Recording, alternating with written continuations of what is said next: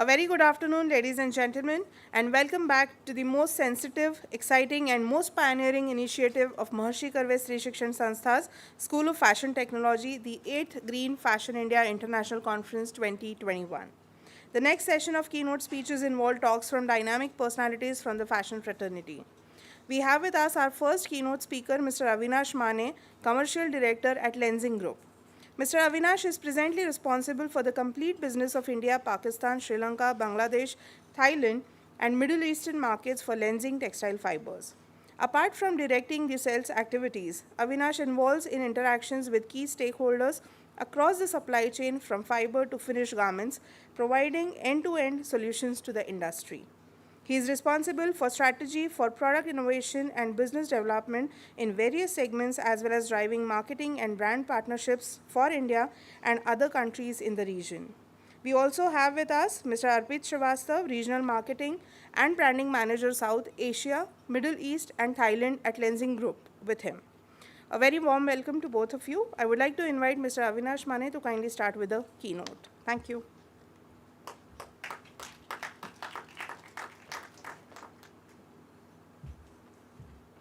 Yeah, good afternoon again to everybody. And as I can see, it's a post-lunch session. Some laziness is there, so we'll start with some good short video for a minute as what lensing fibers can do to the fashion industry.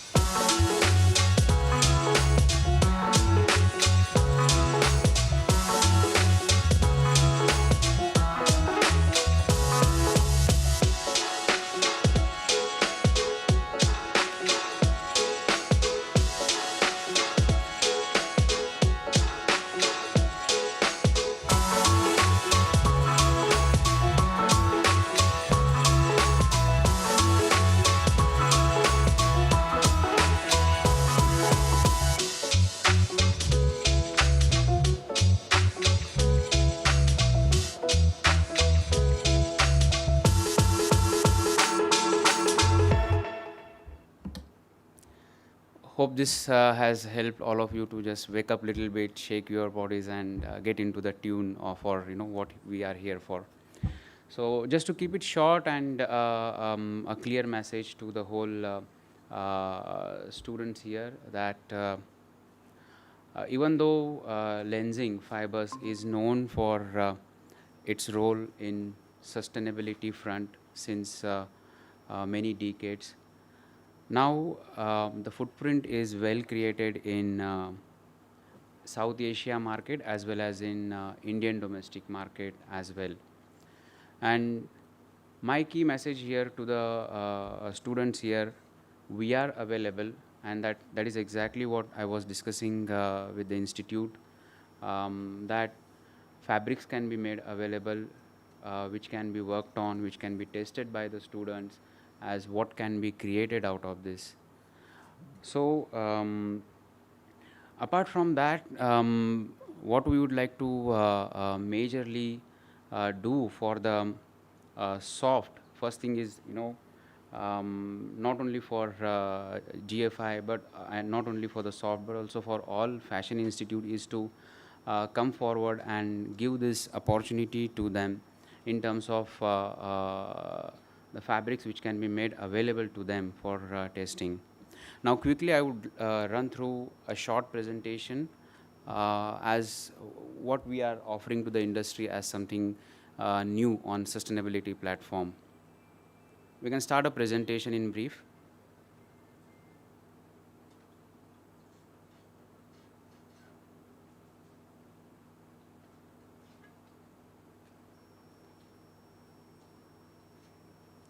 Yeah. So we are already in action, and time is now to go into the action against what the climatic changes are happening. Next, please.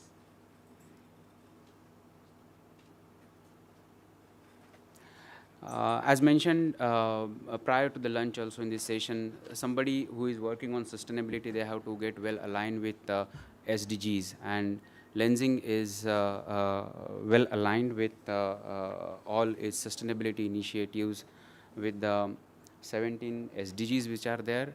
We align our strategy on sustainability in a way that we are contributing to the 4 to 5 SDGs very well.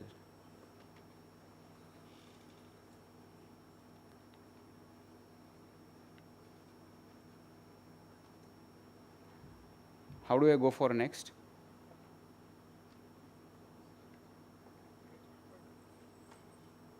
Okay, yeah.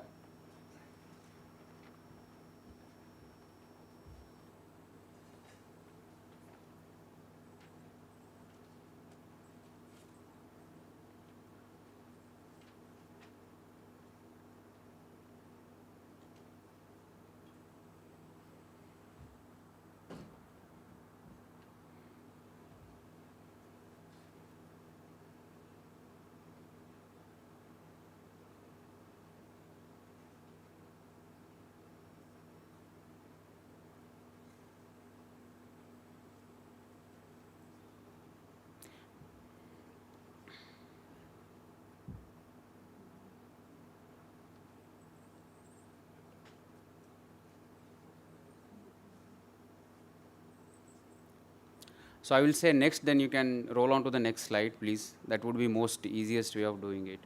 So as I said, we are well aligned with the SDG goals and where we can fit in terms of using the right raw materials, sustainable raw materials, using the right practices when we are manufacturing our products and fibers. And third thing is comes the when we are getting it back to the nature with regard to the decomposition as well as the biodegradability of the products. So on these three aspects, which covers the complete life cycle of the product, this is well aligned with what SDGs are being laid down. Next, please.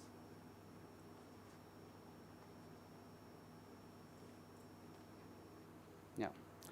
Um, Facts that like the times have gone when organizations are keeping sustainability as one of their topic, but it has to now become into the core of individual organization.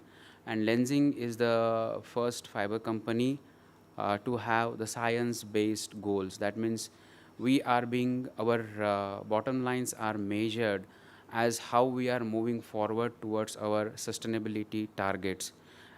Just to give a brief, like we have currently a target of going completely carbon zero by 2050, looking at the situation now. However, the journey has already started and this will get reviewed to make it happen even before that.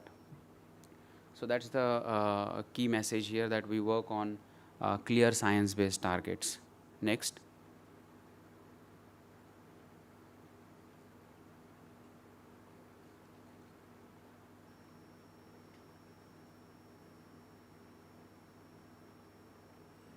Next. Next. Next. Yeah. When we take a greenhouse gas emissions, like from where the main pollutants are coming, these are coming from the there are different scopes which are identified. One thing is how you are getting your raw material. Second thing is how you are converting it into your finished products which goes out of your plant. And third aspect is how it is getting used, or how we can get it collaborated when it is running through the industry. Here, when it is coming to making any fibers, this is a little different than what happens to the cotton. Like when it is wood-based cellulosic fibers, whether it is Ecovero, which is sustainable viscose, or Tencel, or Modal. Here, the journey starts from wood pulp, or to go back even the tree stems, which are the key raw material here, that needs to get into the plants, and then it goes through the process of cutting them into chips, getting it converted into dissolvable cellulose, then it is passed through the spinnerets and you have the fine streams of these fibers coming out. It is cut into the required lengths and then it goes to the next stage of the getting converted into yarn, fabric, and then finished products into the industry. So when it is coming to addressing sustainability, it needs to be addressed at all these three stages of manufacturing. And unless and until this is getting addressed appropriately, you won't have those complete approach of making the product fully sustainable. Next.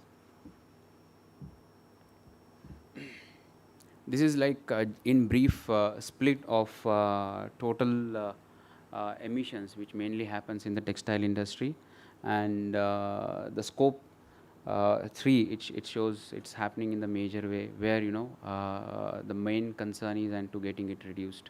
Next. What solution which is brought into the industry from lensing from year 2020 end was to start with the true carbon zero solution for the industry. So here it's a certified carbon zero neutral fibers which we are now started offering to the industry, and it started in the bulk almost 6 to 8 months back, and this is something which is very new.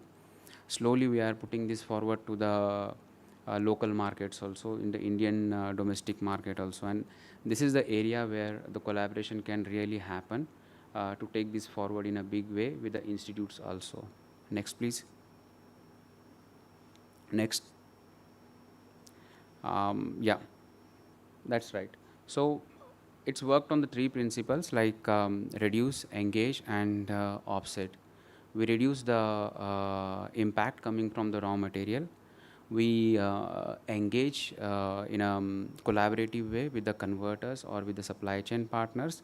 And third thing is like still we are not there with this complete carbon zero on the sites. We have to offset whatever residual carbon footprint is there, which we are taking care by some global identified initiatives. Next. Yeah. Next, please. This is like reducing the carbon footprint at the manufacturing stage. Again, it's the same thing. Like since the time is less, it's difficult to go into the details of each and every aspect. But then when we are handling, say, the raw material and the manufacturing process, how we are sourcing it in a sustainable way, like having the raw material from FSC, PFC certified forest, using the canopy style of raw material sourcing, which has its own ratings and certifications. Those all aspects are covered here. Manufacturing in greener way involves using less amount of water, keeping the sulfur emissions to the minimum level. Those all aspects are covered when it is coming to efficient way of production. Next. So this is very important slide to have a look. Um, as we mentioned earlier, we are on the journey of this carbon zero. We make our fibers at minimum carbon footprint as of now, and at the same time, whatever residual carbon footprint is there, which is as such quite less, we need to get them offsetted by doing some activities. So that will come up next. So these are like few examples where this remaining carbon footprint are being taken care of by doing these offset projects in different parts of the world. We try to engage more to the areas where textile is closely associated. Like one of the project you can see here is we are working closely with Bangladesh gas distribution system. Bangladesh is very strong and they are having good reserves of natural gas, but the distribution system is very weak. There are huge losses happening in this distribution system.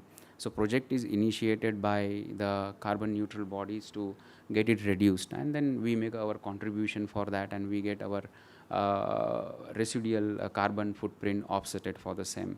So that's one of the examples. Similarly, there are projects on solar energy. There are projects on you are taking care of power generation with renewable sources. So those are projects are initiated from our end to offset the residual carbon footprint. Next. So that is what makes a product completely carbon neutral at the end. And we are proud to say that this is something which is very innovative. We are having our science-based targets very much in place. Anything new which we do, first priority is to give importance. At least, if we are not moving inch forward on sustainability, but at least we are ensuring that we are not doing any more damage or any more problem to the industry. That is something which is very important. And then measure ourselves on a regular basis as how we are moving forward with our science based targets. So that's how lensing takes it to the stride when it is coming to the sustainability. Next. Yeah, thank you. I think I'm well in time. I required to rush through it because of the time restrictions which I had. I wanted to keep couple of minutes for question and answer also. Any question, any doubt, we can quickly take it up. Any question from the audience?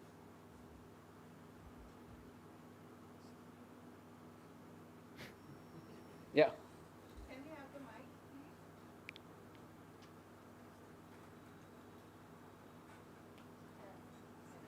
Hello.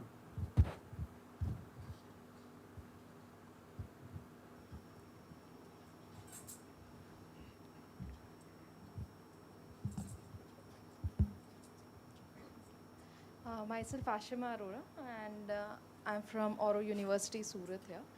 Actually, one of my last year students of Bachelor of Design, she is pursuing her research on viscose fabrics. So I wanted to ask that, like, how open are you in terms of students coming to your factory or the production floor and understanding the process and how does it actually happen? Because she has been getting a lot of data from the secondary resources, but every time it is the primary source and going themselves personally and seeing it happening. So how open are you for the institutes visiting? We are based out of Austria in Europe, and we are open for this kind of a visit as well as the knowledge sharing. Benjamin, he had been to our plant few months back, or wherever he wishes he travels. So only thing is like prior appointment needs to be made, since it's highly technologically oriented plant, and safety also needs to be taken care. So that's the thing. Otherwise, So as the long as production unit is not in India. Sorry? As of now. Production unit is not in India as of now. No, where production we are not producing in India as of now. Yeah, we are in Austria, we are in UK, and we are in USA. Yeah. Any more questions from the audience?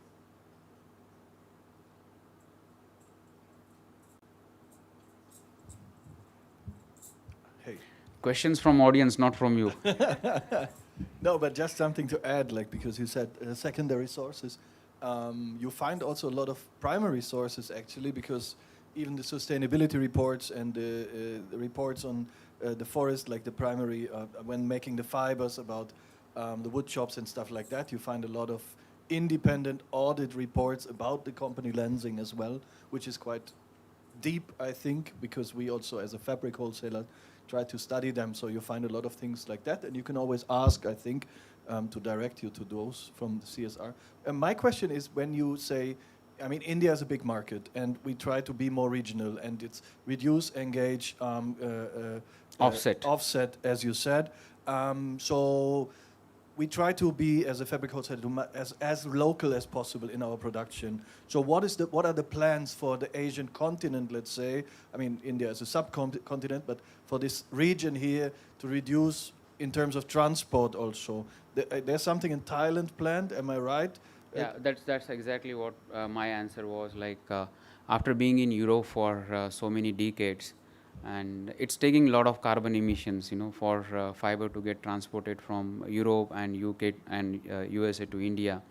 We are setting up our facility in Thailand, and Thailand will be it's at verge of startup now. It will be operational from January 2022 or Feb 2022. So that itself will bring a lot of this carbon emissions which are coming out of this transportation to a bare minimum level, because this Thailand plant will be serving entire South Asia and Southeast Asia continent. And adding the question with the primary source for the Thailand plant, where do you get the woods from, or like the cellulose from in this sense? Then? See, when it is coming to wood and pulp out of this, like we use our own pulp maximum, and that is what you might have seen at Lenzing also. We have our own pulp mill, and that is what governs the quality of the final product. So we would be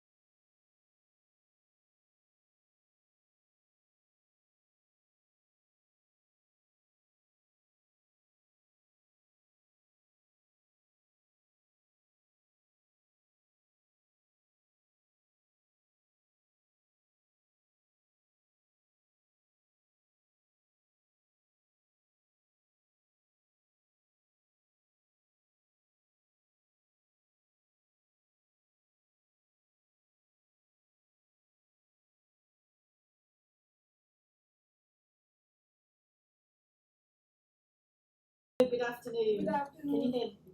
We are very sorry. We were running a little short behind the time.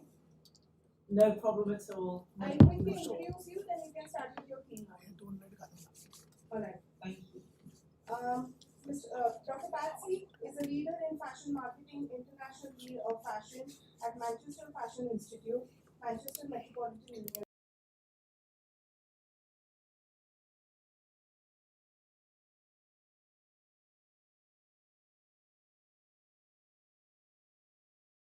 Environmental and social impacts of fashion, and her work has been featured in the media and numerous research journals.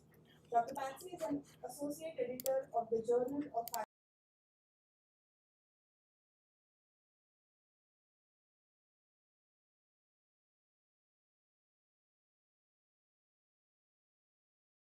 A very warm welcome to you. Requesting you to kindly start with your keynote. Thank you very much. I'm just going to try and share my screen now. Yes. And it gives me great pleasure to participate in Green Fashion India 2021 and extend my thanks very much to the School of Fashion Technology in Pune for the kind invitation.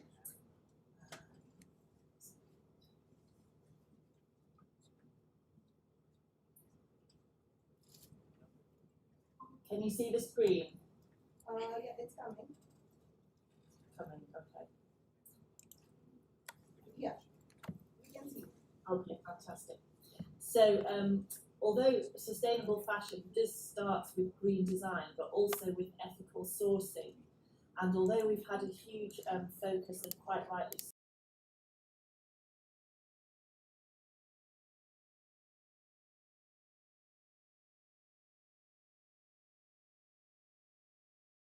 responsibility and the focus on people in supply chains and also the plight of the workers and how positive trading relationships between manufacturers and retailers can and responsible purchasing practices can support social responsibility and decent work for people in the supply chain. So as per the introduction, a little bit about me. I did my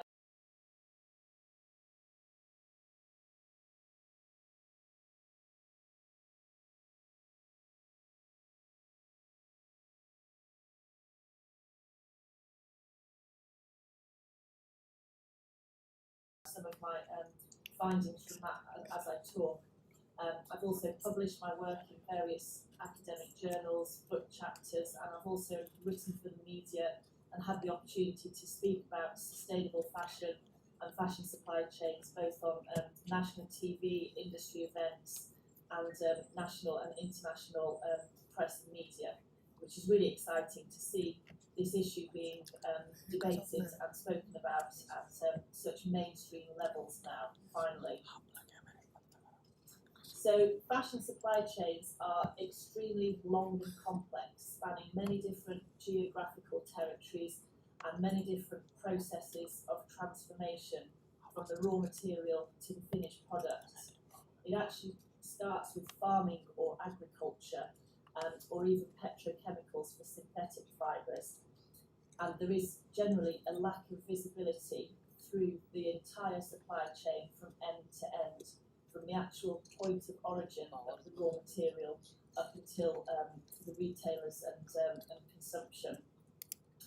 And I think we're quite well aware of the environmental impact of global supply chains, more now than ever, in terms of the vast amount of energy consumption for producing materials, but also the huge carbon footprint as those materials are transported around the world through those various processes of transformation. But we must remember that there are also associated supply chains, not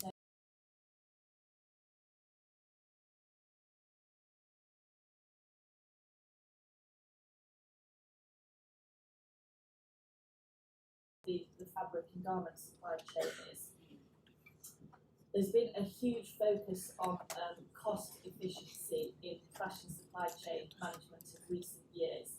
And it's really about how the influence of fast fashion has led us to try to speed up the process to get things into the marketplace as quickly as possible and as cheaply as possible to compete in a very competitive marketplace. And because of this, we can see various ethical issues that have transpired through the fashion supply chain from end to end.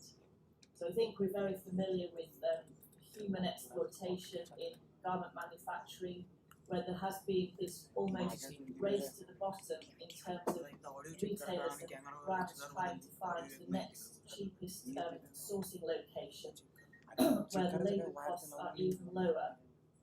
But not only garment manufacturing, we've had various scandals come out in the press recently in terms of exploitation in cotton farming as well, both in China and in India.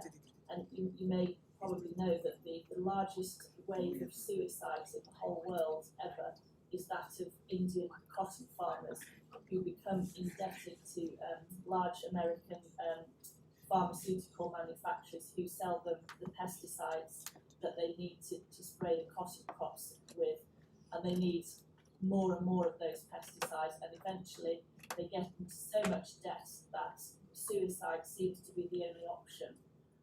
And it's not really clear to consumers of all of those human exploitation stories throughout the fashion supply chain. We also have the exploitation of animals used for fashion fabrics, but also we need to think about the kind of quality of work for people working in these functions. So are these decent jobs that we are providing to global garment workers? The industry employs directly around 75 million people around the world. The process of garment manufacture is very labour intensive, and the vast majority of those people are females in developing countries. But we have to think about our responsibility to providing not only jobs, but also decent work that allows people to have a quality of life and allows some kind of career progression should they want it. Because of the increase of fast fashion and the much greater throughput of consumption, we are purchasing more clothing than ever before and disposing of it quicker than ever before. So we are also creating a huge amount of textile waste. And again, this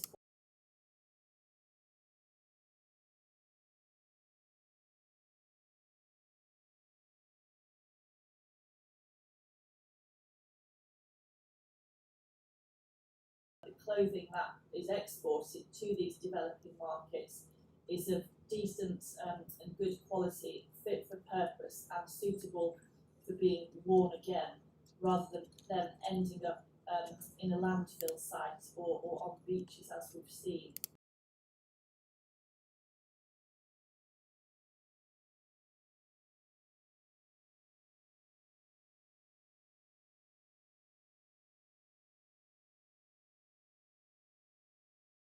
One key kind of reason, and that is that the huge amount of downward price pressure is really driving companies to keep seeking ever cheaper labour markets, trying to cut wages, and also to evade various environmental standards in search of cheaper materials and cheaper manufacture. So looking for production locations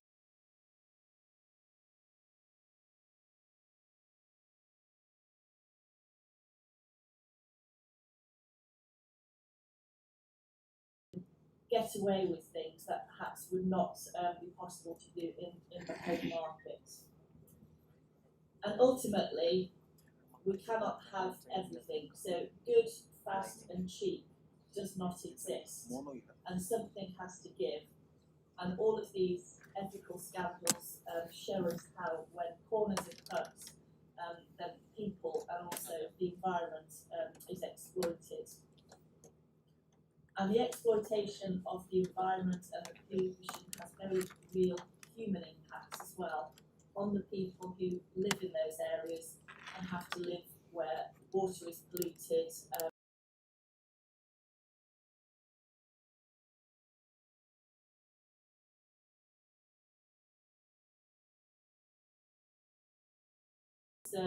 This expansion does come at a price, and we have to question whether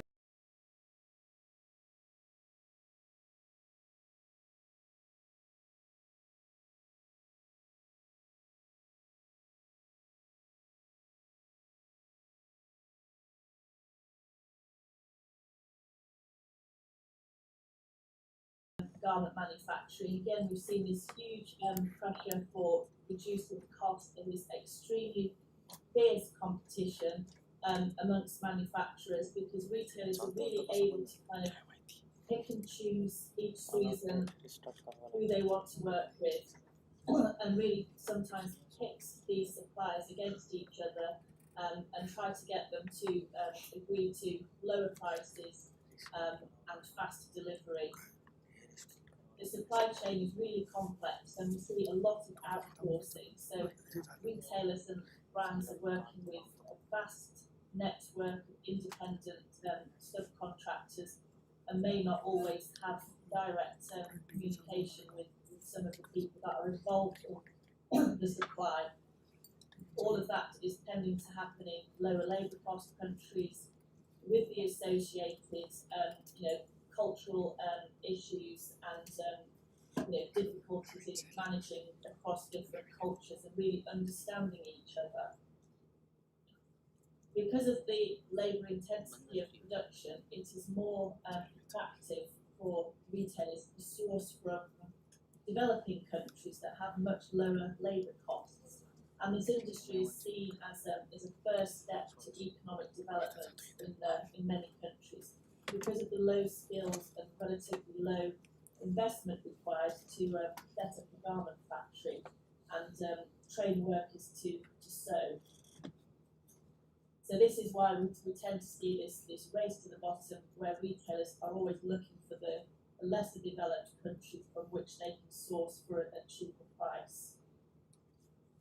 Another thing that's happened in recent years is really that the power balance in fashion has shifted overwhelmingly towards retailers, which means that manufacturers don't often have the ability to negotiate against contractual terms or the purchasing practices that the retailers try to insist on. So it's very much this. We'll talk about how this came out over lockdown, but the trading relationship, although there is talk about strategic relationships and working together, collaboration, investments into training facilities and planning for the future.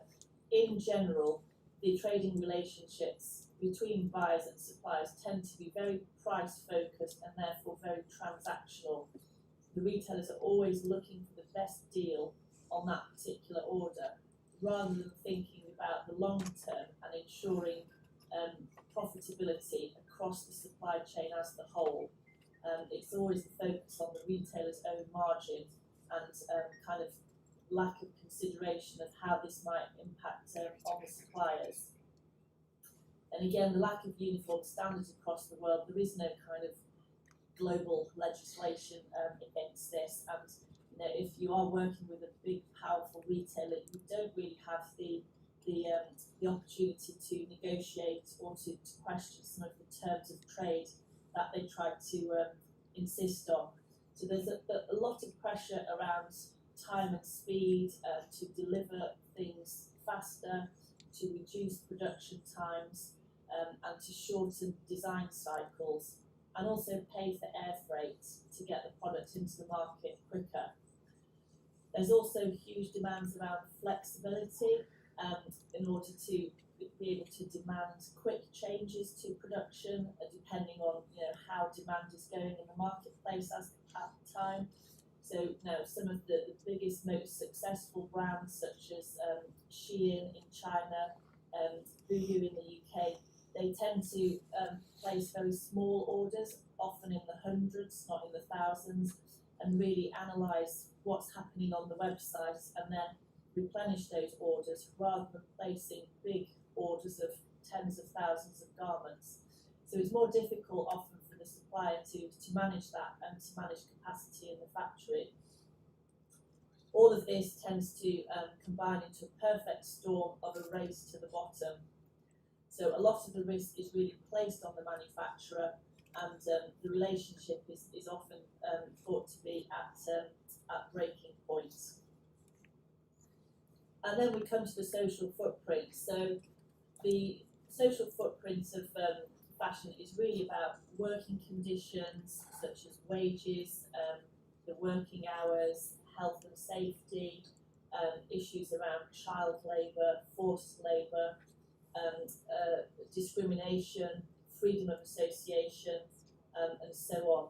All of these tend to be encapsulated in a retailer's code of conduct, which the manufacturer is expected to comply with, as well as delivering on those cost and speed criteria that was spoken of before. But what I found when I was doing my PhD research, I was interested in why sometimes the code of conduct is not able to be adhered to at the factory level, and how do the manufacturers negotiate these often conflicting demands of ethical compliance, as well as pressure to reduce costs and increase speed of delivery. So often the code of conduct is at risk there, and this is why we see some of the social issues and the exploitation, and why despite mass existence of codes of conduct in most of the world's fashion retailers, we still see some of these exploitation stories cropping up again and again, both in developing countries as well as closer to home, where people are being exploited through poor working conditions, lack of protective equipment, child labour, forced labour, unsafe workplaces, long working hours, and not only in manufacturing, but also now we're seeing this happening in Western economies, in the distribution function, because of the rise of online shopping and the pressure from online retailers, and the need to kind of speed up and pressure workers to fulfil orders, pick orders faster and faster in the distribution centre. So often these warehouse jobs seem to be no better than a Victorian sweatshop, where the labour was there to be sweated out of the workers under immense pressure. And this was seen even all the more so during the COVID lockdown. So we saw this tension between environmental responsibility and social responsibility, where although the environment took a well-needed rest as stores had to shut, factories had to stop producing, and there was a welcome rest for the environment, and there was less pollution in some aspects. But still, the impact on workers was seen to be quite terrible. As stores shut, many of the world's biggest fashion retailers tried to escape from their financial commitments and tried to salvage as much as they could by attempting to cancel the orders that they'd already placed with the manufacturers. So although the fabric had been paid for, the garments had been made, and in many cases they were sitting on a ship even, or sitting in a warehouse ready to be shipped, some of the world's biggest fashion retailers, who are owned by some of the world's richest people, attempted to get out of these contractual obligations and exercise a clause to say this was an unplanned circumstance and they didn't have to pay.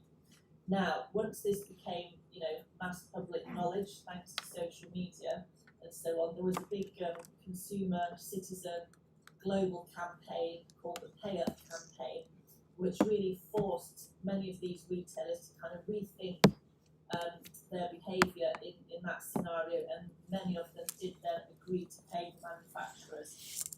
But the problem, of course, for the manufacturers is that they produced everything, paid for everything, but then weren't able to get the payments and then pay their workers, who were then struggling to pay for the rent and their food and so on.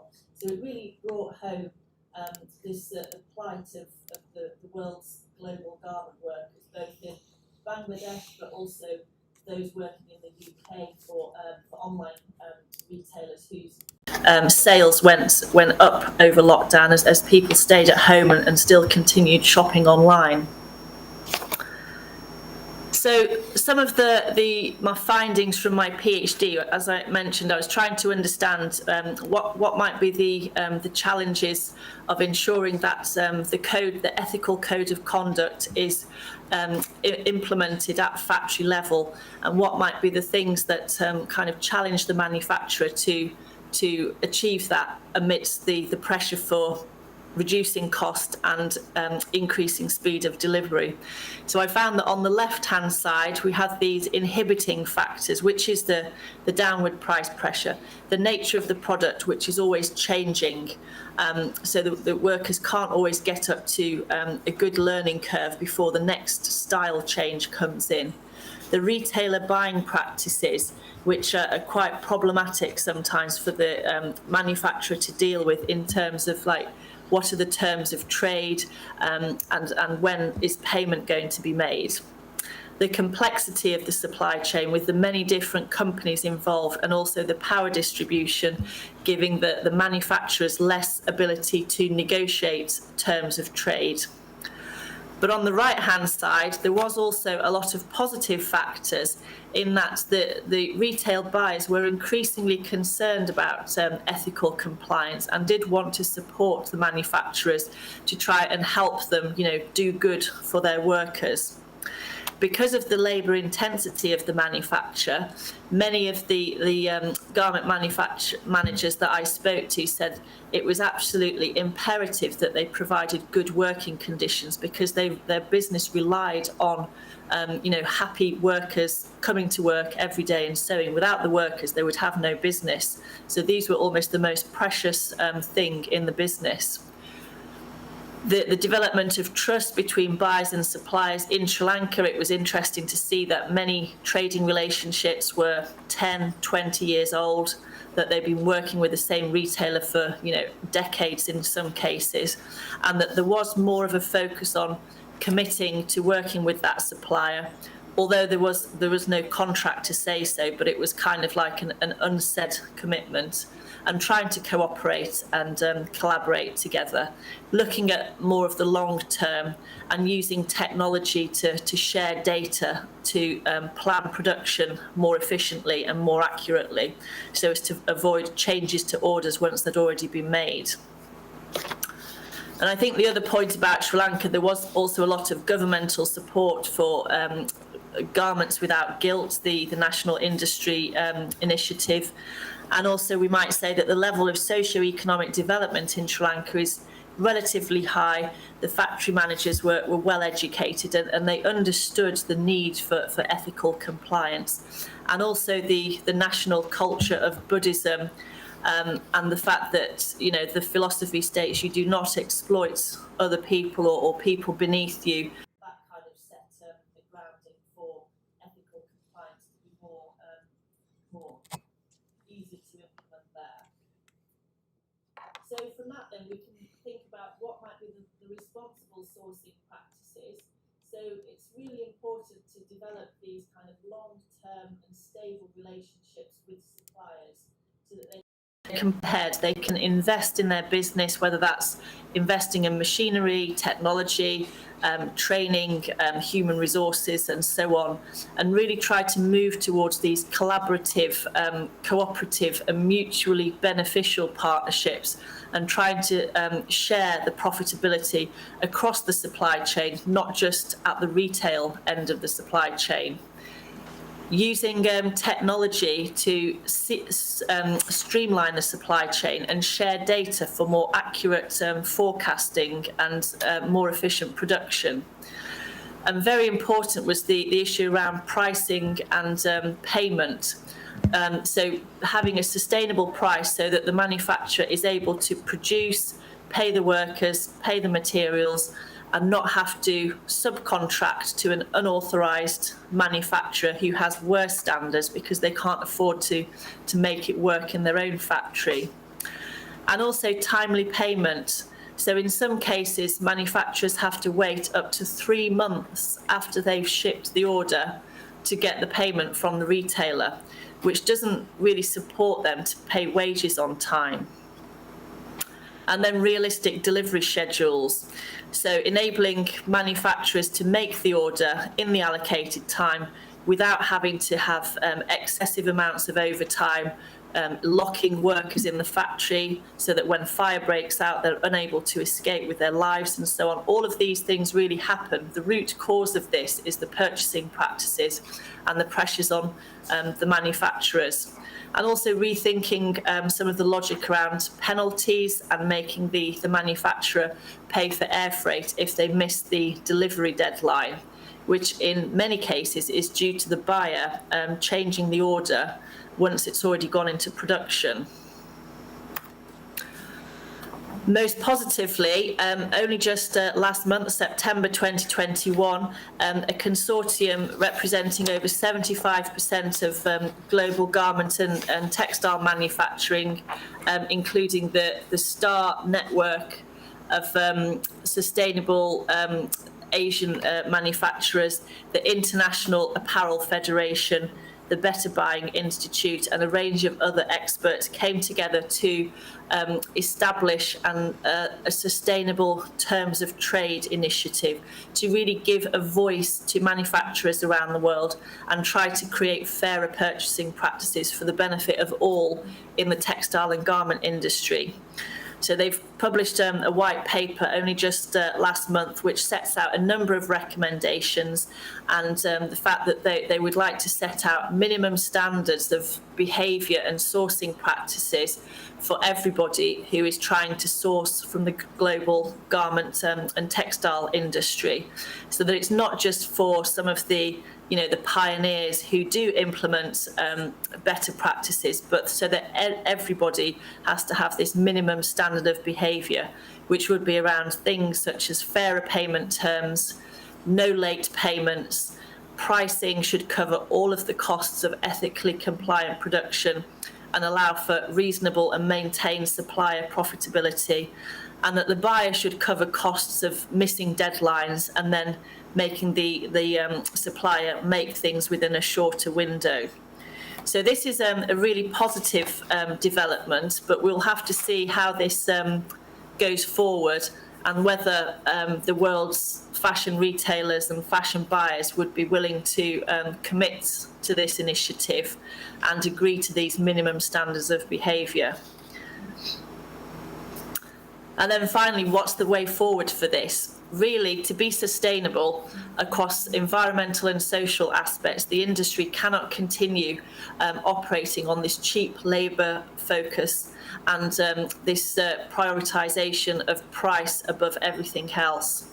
But we need to look beyond cheap labour, which might end up costing more, but that needs to be managed somehow. We need to invest in mutually beneficial trading relationships and ensure that manufacturers also gain some benefit from the trading relationship, and really kind of rethink some of the current business logic about expectations of price, quality, flexibility and speed, and whether that's actually possible for the manufacturer to deliver on in all cases.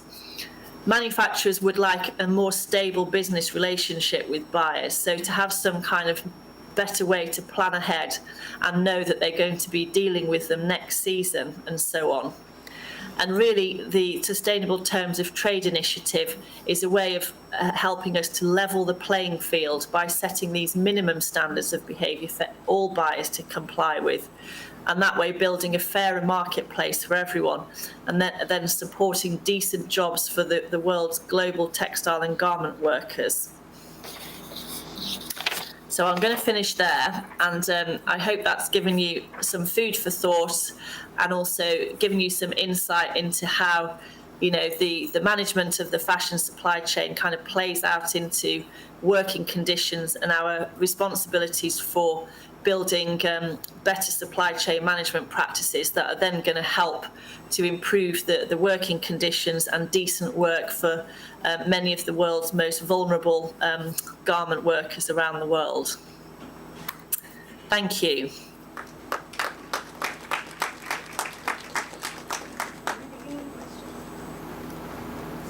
Benjamin?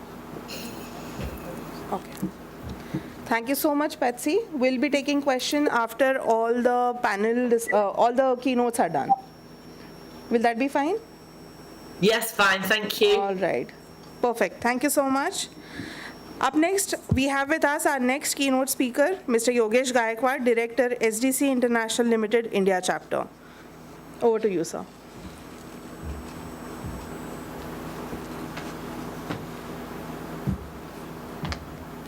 Yogesh, sir. Thank you to the SOF family for giving me this opportunity to speak today with such distinguished in the presence of some great personalities. I would like to share my opinions about sustainability. There are many concepts which are going around sustainability. We call them circularity, what you can say, regenerative farming. So there are many concepts which are coming, recycling. So what basically is the need of the hour? What as you are a designer, and I'm basically presenting to the designers, to the future students, what are you going to do when you go into the market? Are you going to focus on recycling, circularity, regenerative farming? Regenerative farming is basically making the soil more rich again. Circularity means you make a manufacturing cycle that reuses what it has been wasted and it comes back into the cycle again. So as a student, as an entrepreneur, what is the methodology that you are going to adopt? My view, which I have also presented in some of my past lectures, is basically if you make a product which lasts long, okay, if the product is used longer, then your carbon footprint is really very short, smaller. Because even if you recycle it, it does need some energy, needs some carbon footprint, okay, some resources. Recycling also needs some resources. So even if you are having circularity, though it's very idealistic, you will have some waste somewhere or the other. Okay, so if you can make a product which lasts long, which is fashion neutral, then it really makes sense, and it reduces the carbon footprint of that product. We have figures to show. Unfortunately, I don't have the slide today, but if anybody is interested, I can show you the slide about the resources that are needed when you do recycle, when you make a product last long. That really helps the environment a lot. Okay, so that's something which I would like to propose. The next thing is, as I said earlier in my keynote, the panel discussion, we need to innovate. Okay. But innovation doesn't come just from anywhere else, okay? And innovation has its own prices, okay? When you think very different, when you think something which is really not very common, people take you like there's something wrong with this guy. Why is he saying this? Okay? And today's presentation is, I'm going to talk about a scientist who did exactly the same. People ridiculed him. Okay, so this scientist, next slide please, Ludwig Boltzmann. Okay, he was an Austrian, and next slide please. He was born in Vienna, Austria, not Australia, Austria, Europe. So basically he was an artist, as many big scientists were also artists. That's what I think designers have, when you talk about technology, you feel that science is something alien thing. But that's not the case. Many scientists were also artists. Okay, so in this case, he was a pianist, and he used to love piano, playing the piano. So at his age, when he was there, the science that was available was very, very orthodox, you can say. Okay, everything has to be very certain. People could not accept uncertainty. Okay, people could not accept that something which you have to put something unreal to measure a real thing. So that was a time of certainties. Okay, so because it was thermodynamics. So next screen. So though he was ruthlessly logical and but very equally good in playing the piano, he would lose himself in listening to the musics, which at his time was very much popular. So that's what the slide says. I don't want to read the slide. You can read it yourself. So he was passionate about music. He was captivated by Richard Wagner. So basically what I'm trying to stress is he was equally a good artist. And because he was a good artist, he could see the reality in a very different manner. Okay, he could see something which others could not. So he could basically, what you can say, he could just go submerge himself into music, but also equally, he was a good mathematician. Okay, next screen, please. In that time, there was a huge debate about why things are behaving very differently. There must be something which we really don't understand. And the scientists were saying that at the rock bottom of everything, something strange is happening, which we don't understand. And there's no science to prove it. Okay? So everybody was very confused about what is exactly happening. They wanted some theory, they wanted something there. So next screen, please. So there was a small group of people who thought that something is really weird is happening. And one of them was Boltzmann. And I'm sorry, I'm not able to see this here. So he clearly saw that we need to abandon certainty. He said that you have to abandon certainty. If you have to have this know what is really happening at the very bottom stage of matter. So you have to bring in somewhere uncertainty or probability. And people were really not happy with that. Next screen. This was an equation that he gave. Okay, I'm not going to tell you what the details are. I'm not going to explain you the equation. But this is also engraved on his tomb. This was the equation that he put forward, and we changed the concept of physics forever. Okay, but I'll just give you some example what it shows. It shows a relation between entropy. What does entropy means? Next slide. It means eventually everything will get worst or disorder. Okay, whether you talk about tea, a cup of coffee, or a burning star, everything will go worst. Everything will get disorder. Okay, that's what I was trying to say. So, in short, disorder is the fate of everything. That is what he said. Okay, so basically, entropy means if you make a sand castle, okay, and you see the probability of sand coming from somewhere and making a castle, that probability is very less. Okay, that's summing up entropy in small thing. So that's what he said. And this didn't go well with those scientists which were already there. They thought this was something stupid, what he was saying. Okay, next screen. His ideas were controversial. People made jokes out of him. So once he was giving a lecture, there was again an Austrian scientist, Ernst Mach. He said, I don't believe that atoms exist. And he said that though it was a very hard remark on him, because Ernst Mach was very big physicist at that time. And he said that whatever you're saying is wrong, and I don't think atoms exist. Okay? So next screen, please. And they argued, this is what they said, they argued that no atoms don't exist, and they are merely names, labels for convenient fictions, calculating devices. And they don't really exist. We can't observe them, so no one can see them. That was the reason that because you can't see it, they don't exist. So there was a huge criticism for him when he basically put this concept. And that's what they call him. They call it a fictionist. Okay, next. So 1906, he took a break because he had some, many episodes of depression. So he took a break. He went with his family, and when his family, they were in Italy, and once his family was in beach. Next screen. Boltzmann hanged himself. Okay, so once you put something which is really out of the box, okay, something which is really people can't digest it, so the world comes to you for criticism, okay, and something this can happen. Next.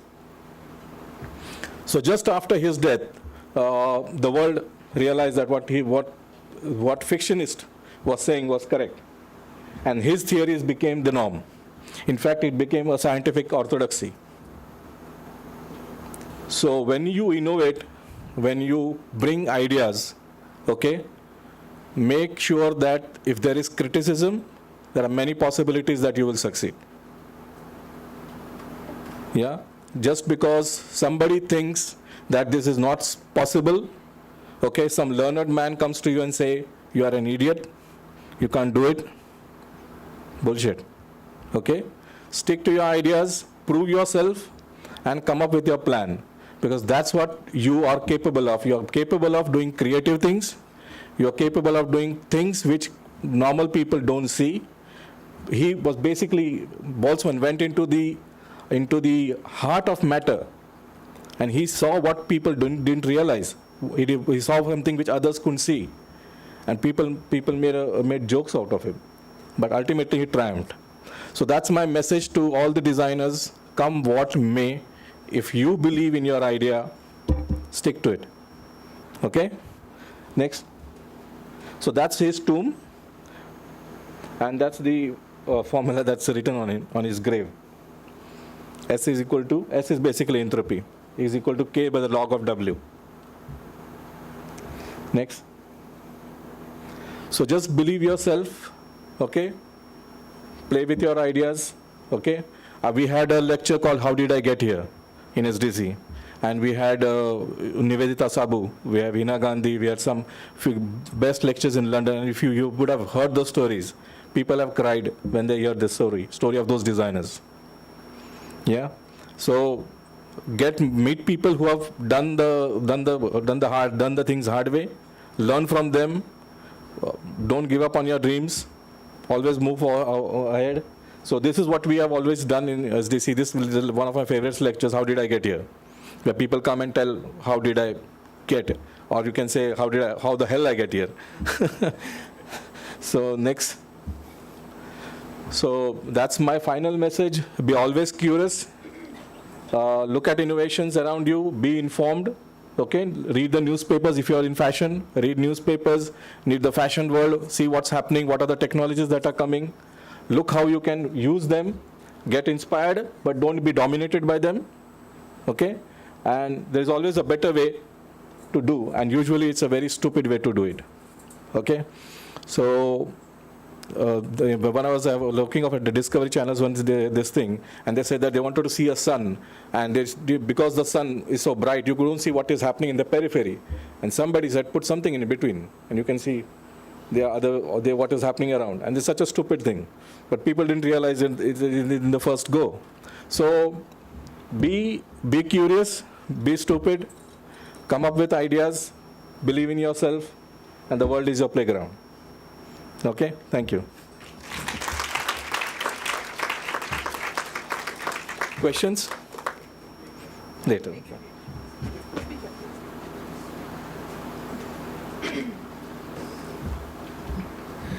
Thank you so much, sir. Ladies and gentlemen, please welcome our last speaker of the day, Ms. Krishna Mehta, the most renowned textile designer, mentor, consultant, and creative director of the brand Krishna Mehta. Krishna Mehta is one of the fastest growing brands in India with an international character and appeal with retail operations spread over 30 stores nationally and internationally. She uses her heritage as the starting and ending point of all her design inspirations, reliving the classic design fundamentals of the country. Breaking through the norms of Indian culture motivated her to spread her wings and explore the world of couture. Philanthropy remains close to her heart. She has always had a calling for working with the mentally and developmentally challenged. She strives to create self empowerment within the community and generates regular income for organizations that work with the challenged individuals. Thank you so much, ma'am, for being here. Requesting you to kindly take over and start with your keynote. Oh, Thank you very much. Thank you very much, and I should say good morning before I start.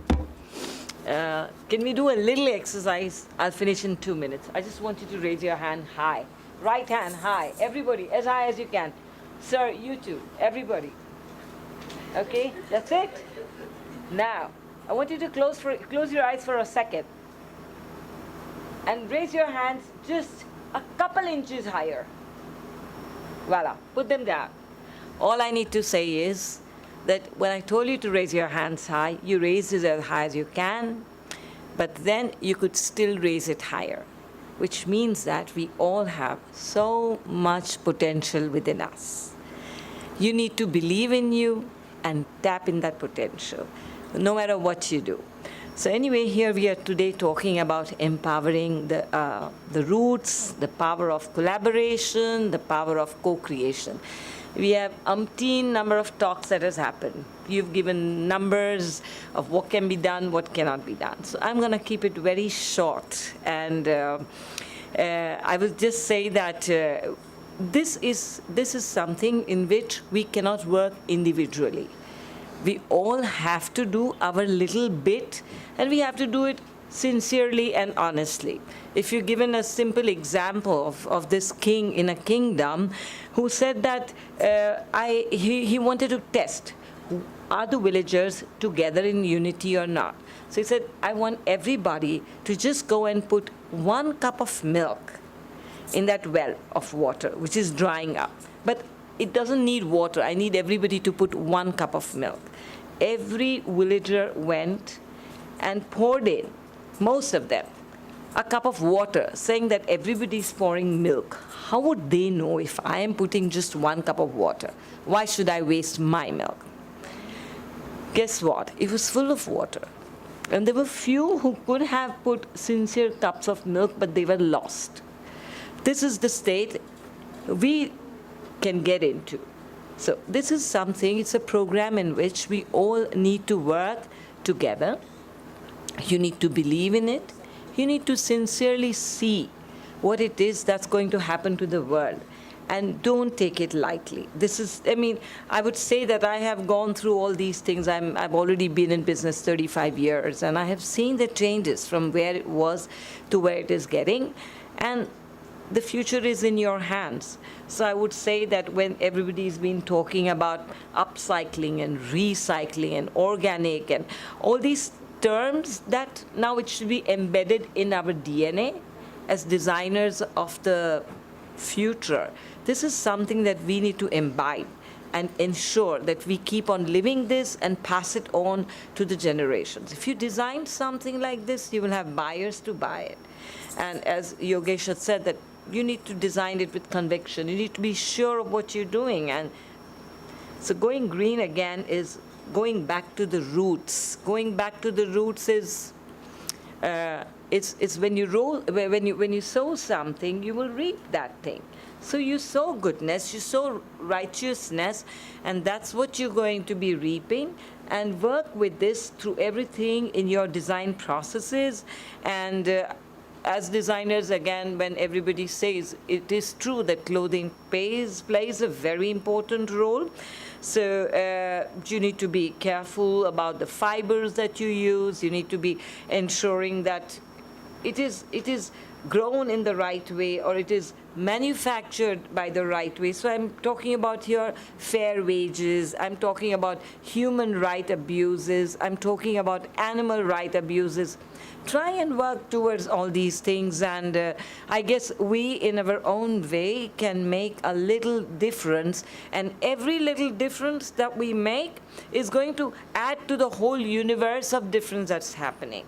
And don't think about restricting yourself to make the difference within your community. Think larger, think big, think global. Think on how is it that little change that you have done is going to help the world. Go beyond boundaries, and you need to take leaps to be able to think. And I guess this is the way you will be able to help. So you need to be a very aware and responsible consumer, designer, retailer, and a consumer person in general. So personally, we may not be able to affect everything. We may not be able to control things directly, but we can always raise the awareness. So maybe we should start, if we have not started in our own way, and do it. And it's not about just wearing lesser clothes, or rather sort of donating more clothes that you buy, or buying less. And this is not just green fashion. Green fashion means lending a help and getting the whole society in with you. That is also a part of the green. When I say that you need to be making responsible fashion, that's also part of the green fashion. When you say you need to ensure that you pay fair wages, or there's no child labor, you can look into all these aspects, and I think it'll go a long way. So we are not going to be able to control everything directly, as I say, but we will add awareness. Who made his clothes? What was the content of the clothes? What are the production processes? So we will work on our own sustainable wardrobe. Once you have something like that, you can always take it further, and you can present that to your clientele, because it is something that you think. It is eventually your brainchild. The way you think is what you're going to be. Like Stella McCartney, you've heard, she only makes conscious clothes, or shoes, non-leather. So a designer kind like this can think of it. When you think of it, she's made it into a whole big thing, and everybody follows it.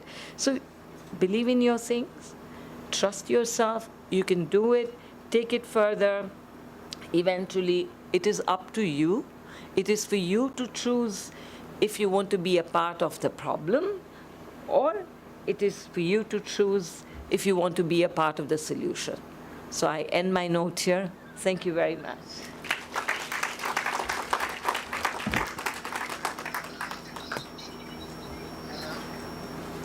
Thank you very much. It's really great to hear from you, ma'am. Having you to inspire us that matches the ethos of Green Fashion India is something really amazing. Thank you so much once again. Benjamin, now it's over to you to conduct the question answer sessions.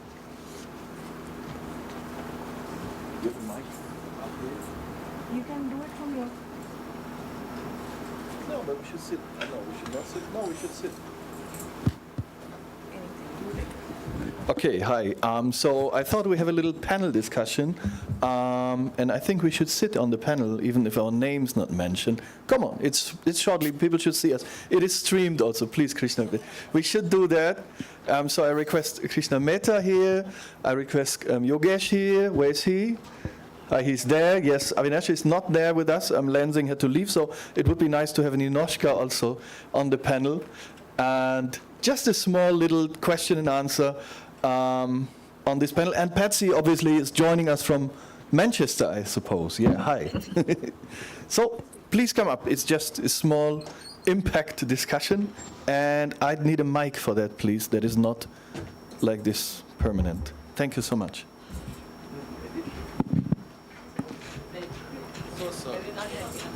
So sorry. I have manners.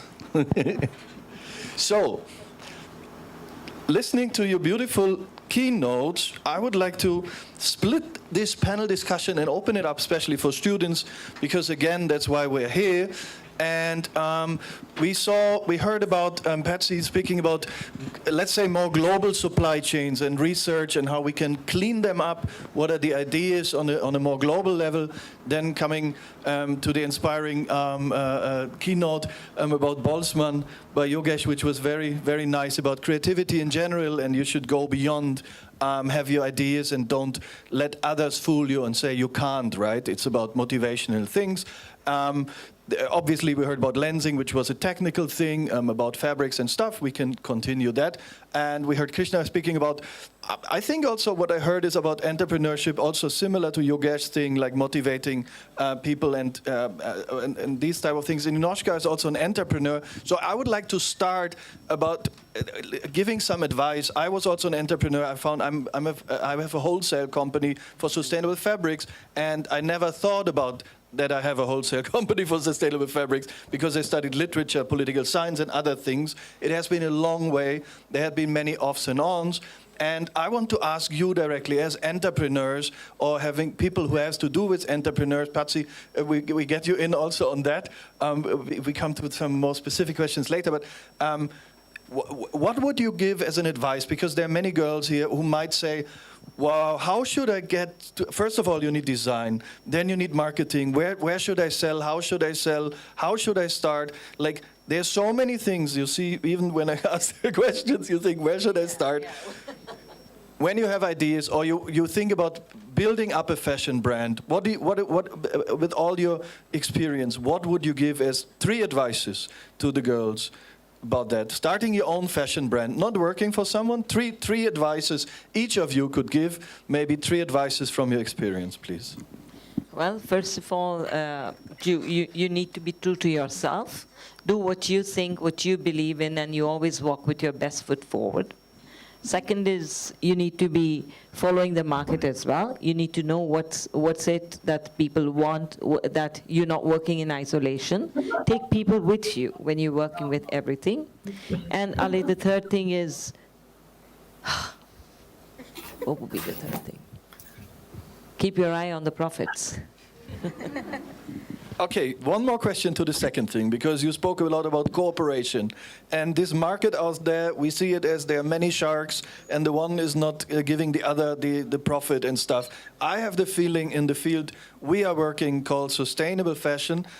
We have many win-win situations with my clients, for example, and we think, how can we grow together in terms of marketing, cross-marketing and stuff? What do you mean in terms of cooperation as a brand that has to sell on the market? What is cooperation? Cooperation means, I mean, the way I would look at it is taking people with you. Today, when I am working, I would like to bring forth my karigar, which is my workman, the person who work with me. I would like to bring in their talents. So I guess when you work together, when you bring in the whole workforce, when you work with the arts and the craftsmen, and then you try and bring something else on the table which is different. Like today when I went to see all the craft stalls, everybody had done something so beautiful. But if I'm selling to the international market, it's something not what I can sell because the colors are too traditional or the prints are not correct. So I would take them together, work with them, bring my ideas of what the international world wants so that they can get a platform and marry them too.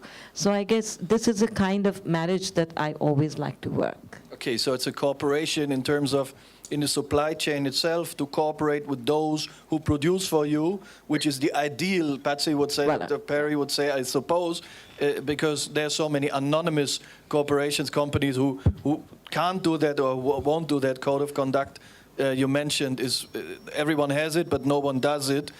Do you see the possibility, Dr. Perry, also on a larger scale to cooperate more with the workforce or to get them in? Is there a certain extent, I say, is with 100 employees, can you do that at all? Is that only possible for small companies? Or can you have a family feeling, let's say, also for bigger textile industry? Yeah, I think you've got a really good point there. It's very difficult when you scale up to have that personal connection with all of the workers. But I think what we should be looking at doing is trying to support the manufacturer to build that kind of community, family feel in their own business by adopting, responsible purchasing practices and supporting them to then implement that code of conduct and adhere to it at all times, and not end up having to operate a sweatshop, because that's the only way they can kind of make things work with the the purchasing practices and the terms of trade that have been put onto them. So at a certain level, we come to rules and regulations we need more in place, and external agencies, audits, government maybe, to ensure certain things, which on a more small level or on an intrinsic motivated ethical level, like Krishna would have more, I would say you can have that. Ninoshka, when you see this, like, again, like as an entrepreneur, you're also doing fashion based in Goa, having been on the market also for quite some time. What is your advice to three advices you would give as an entrepreneur to the girls when you start your own fashion brand? What are 3 points you would like to emphasize? First of all, I think be true to yourself. You have to be unique, okay? Do something that's really just you know, that can be, when somebody sees something, they say, okay, this is so-and-so designer, and that's something very unique. That's one. Secondly, I would say, like I said, be true to yourself, do what you believe in. I'm often asked if I follow fashion trends and, you know, what is the coming trend and what are you doing? And at the risk of sounding stupid, I don't follow trends. I design something, when I think of it, I think of something that will, you know, be a classic design, something that you can wear over the years and not limit to myself to, you know, one season or 1 year. But that's just me. I'm not saying you should do the same thing, but that's just me, and I might sound stupid. But like Sir said, you know, you may sound stupid, but, well, that's, and secondly, third, I would say, like ma'am said, profits. That's important as an entrepreneur. You need to focus on what the market wants as well. That's very important when you're starting your own business, because at the end of the day, you know, you're not doing charity work. You have to bring in the profits, and it's not just for you.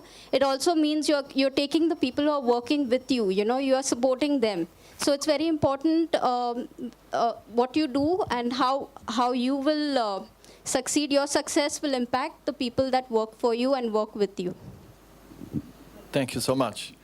So Yogesh, you spoke about entropy, and the sandcastle won't build itself. There must be. This is also one thing, and maybe you can say from your experience how you came to this job you did. Like, it's also hard work involved in everything you do in your career moves. Because some think, oh, I make something beautiful, it will sell itself. I've seen many designers working with our fabrics. They think, oh, the design, or how many times you saw the advertisement, this is the best T-shirt on the market, or something like this. It's just a T-shirt, right? I mean, even if they do a lot of marketing, it's not enough. So, how did you come to the point where you are, and why do you speak about this Austrian weird guy, we could say? How did you come to find this man? It's basically a documentary. Not on him, basically on an energy. That's the story, how they reflected it. I found the story very, very intrusive, because here was a man who gave something which nobody believed in. Okay, people call him a fictionist, and then he came up with something which you could, if he would have given up, we would have not seen televisions and, you know, so many things. So basically, I started my career as somebody who's working in a dye house. Today, I'm a director of SDC International. I have a director in SDC International UK as well as in India. So I would like to give one advice to entrepreneurs is, the first thing is be with your customer. If you don't understand your customer, you don't understand your business. That's it. Second is, don't try to do something which you are not good at. Okay, if you're a designer, you're not a good accountant, so don't do accounting. Give it to somebody who knows this thing very well. Okay? So don't try to do everything. Do things which you are good at. If you're good in sales, sell. If you're good in designing, design. Okay? And leave the good parts to people who are good in it. Okay? You can't do everything. That's, I think, many Indian companies, you see this attitude for doing everything. You can't do everything. Okay? So, and of course, बाप बड़ा ना भैया सबसे बड़ा रुपया. So we are also very good at one thing. We are very good at taking questions from the students. And this is what we will start now, because we are also good at talking endlessly. So please, if you have any questions also to Dr. Perry, to anyone on the stage. Yes, one question there. This question is for everyone, more like. So, how, like Sir suggested, that increasing the life of our product is something that can solve the problem. So, how, as a brand or as a manufacturer, would you say we could increase the life of our products that we put out? I just say one thing shortly for that, because I'm producing material. So fashion starts with the material, I think, and choose the best material which is there. This is very simple, but even if it's more costly on the long run, don't compromise on the material in terms of how it is produced. I mean, you can choose so many fibers and stuff, but this is the most important thing, and then comes dyeing and these type of things. And the rest, I have no idea. Material stops here. And then please, what would you say? I would say that let the life be longer. You can remain in the closets for the longest time, and you can move in more closets from that closet. But if you make something which has got substance to it, it will live longer, and you will build more clients in the long run. Thank you. There's a hand. It's a left hand. Hi, this question is for Dr. Patsy Perry. So you mentioned in your last slide about how we can go forward from where we are right now. And you mentioned about how a fairer marketplace would be the way forward from here. However, what I don't understand is, how do we go ahead with a fairer market where most of the leading brands that are out there today are either owned by capitalist organizations or are capitalist organizations that have think very little of who are at the end of the supply chain. So how do we get to a point of equality over here when most of these places are owned, or these brands are owned by these capitalist organizations, and especially luxury brands? In short, who builds the Very cat? good question. Who builds the cat? Very well observed. It is certainly a challenge, and we might say it's an insurmountable challenge with the capitalist system. But I think there are movements towards changing the status quo, because I think what came out over lockdown was the fact that these supply chains, they were not resilient at all. They crumbled and broke, when lockdown happened. So they weren't able to withstand that pressure as you would expect. And I think it has made retailers realise that we do need to build more resilient supply chains that are capable of withstanding these type of unanticipated shocks. And I think the fact that the manufacturers are coming together en masse through all of these industry associations like International Apparel Federation and so on, and coming together and saying, this is what we are, we want to have a voice, and this is what we demand. And I think it will make people sit up and listen. And then hopefully, because, over lockdown, consumers became aware, before lockdown, nobody really knew, unless you're an expert, what these purchasing practices were like, or the fact that, as a manufacturer, you might have to wait 3 months after you've shipped the order to receive the payment for it. How can you run a business like that?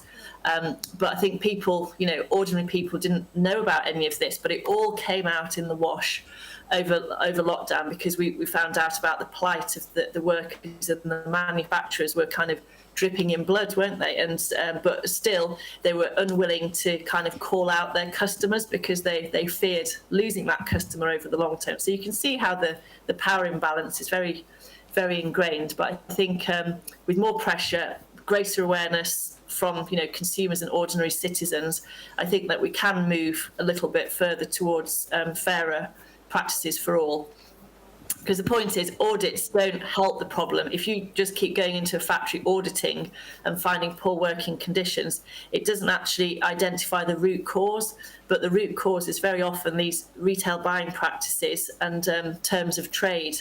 And if you can get those sorted out and then empower the manufacturer to then build a positive working environment, you know, the audit should come back clear.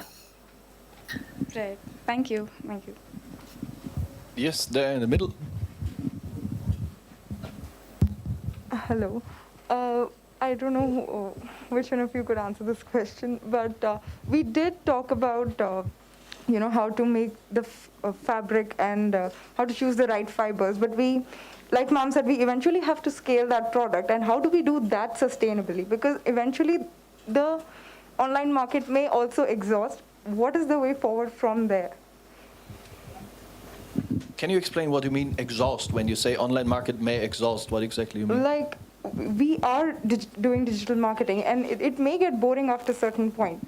What are other sustainable methods that we could use for marketing those products? You know, so many jobs get boring so quickly. So you have to develop new fields of work also. Again, I can just say from my experience, like scaling up with, I mean, who said that with banana fiber? You said that? Yes. I mean, this is the question. The choice of material makes it possible to scale up also. At a certain point, you give it to someone who's producing things. I mean, this is also imminent from the beginning. Krishna said, think big from the beginning also. You will always have limitations. Maybe material is not available. Maybe price is too high. I mean, there's no limit in the end. I mean, but the choice of material and the choice of design gives you the thing. I mean, what do you do? For example, you produce something, you put 10 pieces on Amazon, where Krishna also selling, I saw. Then you put 10 pieces there, all of a sudden you see the demand for 10,000 pieces. So what do? You see it as a chance, right? So you search for some producer that can do it, and sustainability, how do you define it is the question also. Sustainability is also the way of, I mean, if you put something out in the world at all, you create CO2. Boom. Like we also on the way now to climate neutrality, you can say the best is don't do anything. But if you pump something out in the world, then what Lenzing said, you have to offset. It depends always on the angle you're looking from. What is sustainability? Is also financially sustainable, social sustainable, if you have artisans working with you and you give a living to a family of 5, family of 10, or so on, you know. So scaling up is the question, but Yogesh, please add something valuable. Yeah, it's a good question, because not everything can be scaled up. Like if you have natural dyes, the production of natural dyes is limited. You can't scale up it to huge productions unless you have now bio dyes, which can be maybe produced in a larger scale in future. So when you have a designer, you are a designer, you have to also look at whether it can be scaled up to the bulk extent, or you're just happy with 10 meters, 100 meters printing and selling it. Then that's a different niche. Online, though it's very popular, the brick and mortar will always remain there because it's an experience. Because when you go into a shop, you see a apparel, you wear it. That's an experience. So those things will remain, and it's up to you how to create that customer experience. What you're selling is not the product. You're selling the experience of owning the product. That's what you need to understand. So the customer is very happy when he experiences the product, goes there, sees it, feels it, okay, he wears it. That way. There's one thing that I would add. There's one line that I always believe in, be it in marketing, production, sourcing, whatever you would say. It says innovate or evaporate. Say two. So remember this, in whatever you do, keep on innovating new ideas, new things, and you will not evaporate. Thank you so much. On the left, there's one more hand. This is a question for Dr. Patsy Perry. We earlier had a question about capitalism. So I wanted to know can there be ethical consumption under capitalism? Is that possible? Like, what do you think? Oh, got some really difficult, big questions today. Well done. Well, I would say, what do we mean by ethical consumption? So I think, yes, as consumers, we do have a responsibility, but I think it's difficult sometimes when we're faced with such a deluge of marketing messages and new products and new brands and so on. But I think what we all need to do is kind of keep our clothing for longer and kind of push back against that consumerism model, because, it doesn't really make you happy, does it? Eventually you have enough stuff, don't you? And simply buying more stuff, does it actually make you happy? Yeah. Talking about experiences rather than the product. It's about relationships and experiences. And being human, isn't it? It's not just accumulating stuff. So I think if you are starting a new brand, you might want to try and innovate by offering the consumer a different way of shopping. So whether that's making fewer, better pieces, or offering pieces that you can have restyled, or rentals, sharing, that kind of thing, extended product use times, bringing things back once the consumer's finished with it and turning it into something else, rather than just putting out a whole load of stuff onto the market and thinking how you can scale up. I think, we need to, as brands and retailers, we need to offer the consumer more ethical choices and sort of help them on that journey. Okay. Like they say, the most sustainable garment is already in your closet. So Of course. But how can we build a business model around that? So I think, the mass business model in fashion is just selling more stuff. We haven't really figured how we can build, scalable, profitable business models that's not just pushing more product onto the market. So I think that's a really interesting challenge for a designer and for innovators. Yeah. Some companies are doing that, but it's not mass market. Thank you. So question is also, is profit unethical if you distribute it evenly? Think about that. Yeah. Thank you. So, okay, we have to come to an end, but there are 2 more hands, and we will take those hands because we have to take them. And then we stop. And yes, please, in the back. Hello, my name is Vishwa. I'm from Oro University. So I got a very basic question that when we start up our own brand, then what can be the best way for marketing, or how can we tell people that we are doing something different?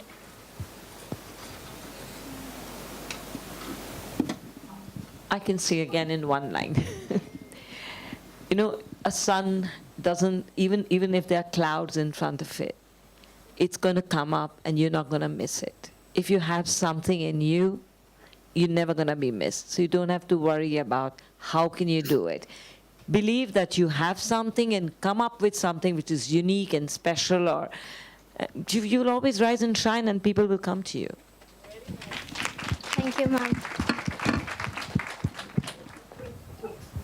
Yes.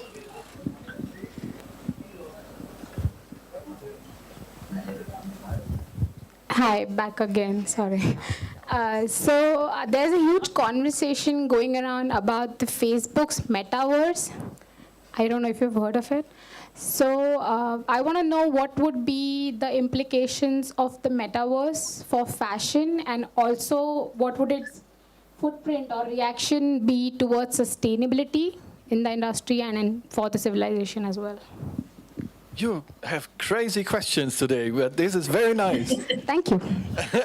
Okay, I give you just some answer in short, what I think in terms of this virtual reality. It's a new technology. Like every technology is coming out, it will have an impact on our lives, no doubt. Virtual reality is there since more than 10 years, in the last 5 years coming up. As soon as big corporations are going into this, they will pour money into it, funding into it, the more people will follow. You have several networks like Pinterest, Instagram, you have TikTok, whatever, and so on. You can see how quick it can happen. Also in India, when they cut TikTok, so many people were desperately running around. In Mumbai especially, built facilities for them. They lost their income. So I would like just to give you an advice, what he said, brick and mortar will always be there, has been there for 1,000 years. Look up the Lindy principle. What is Lindy is there already and will be there longer as long as it is there already. It sounds a little bit odd, but look up the Lindy principle. A cup of water is Lindy. A teacup is Lindy because the Harappan culture already used it and we are using it still today. The same thing.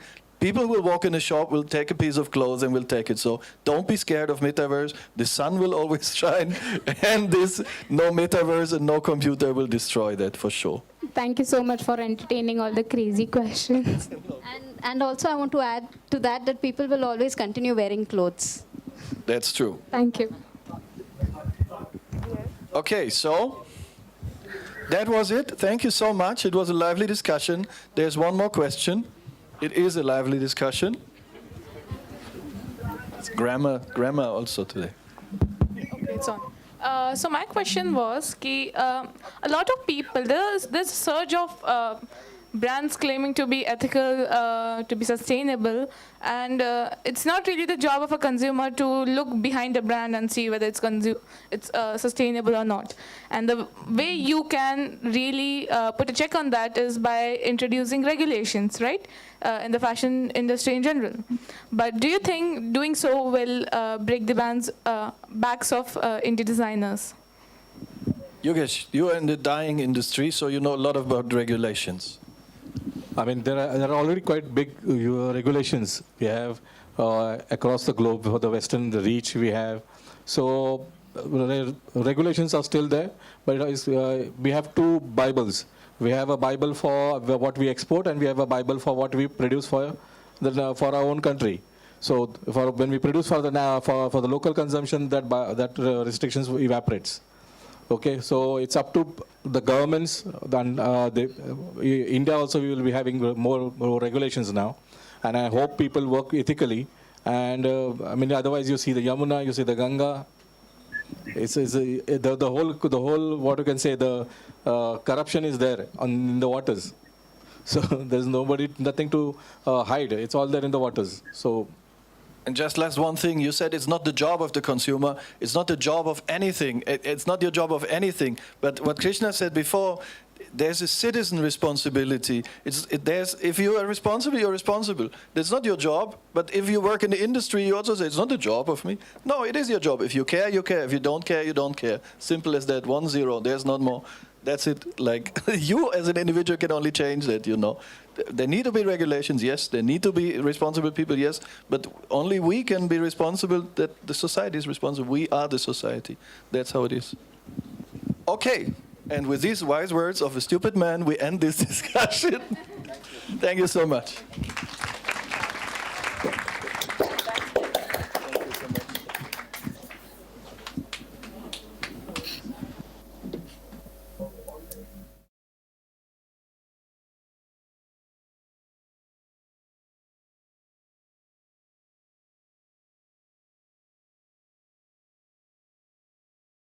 Conversation with all of you. We really appreciate having all of you here for sharing your experiences and thoughts to make this initiative of green fashion to a higher level. We wish to continue having your associations with Green Fashion India even for future. Thank you so much once again. Ladies and gentlemen, with this we end the major session of the 8th Green Fashion India event, and we are now heading towards the valedictory session. You all are requested to stay tuned, be seated, and we'll be starting the valedictory session in 5 minutes. Thank you.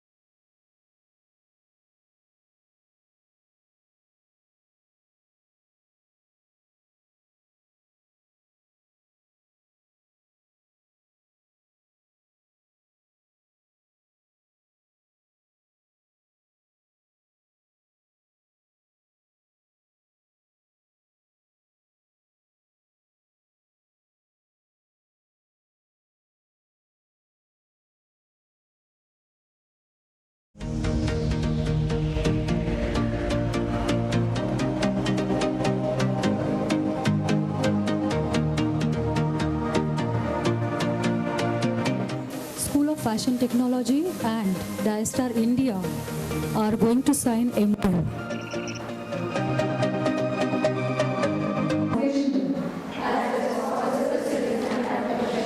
I will follow all fair practices and will contribute to my sincere efforts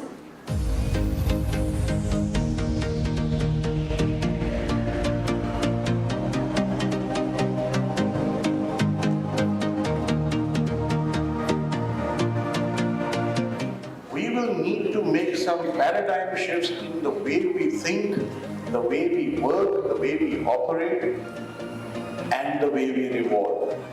Being sustainable to me is a way of life. It's about the way we think and act consciously so as to strike a balance with ourselves, our family, our community, our society, our environment, and economy.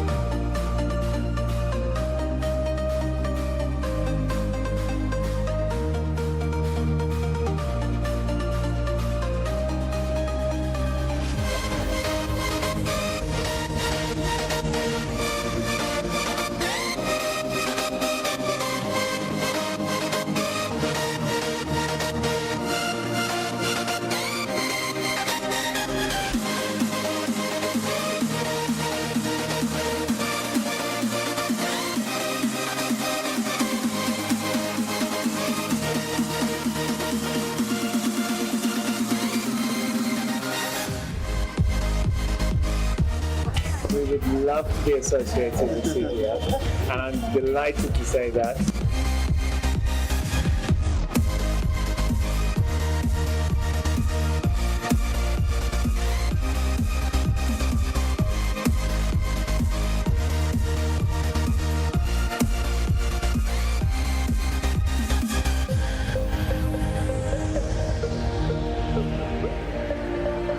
I think that green fashion as an ideology should be adopted more widely. Textile and fashion students, learn about your textiles before you want to evolve them and change them and make them into a fashion garment.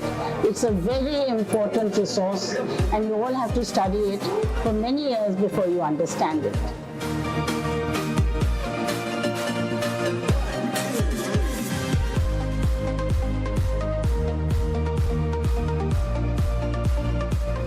We are really looking forward this younger generation to work on this because that's the sector which we really need to work on.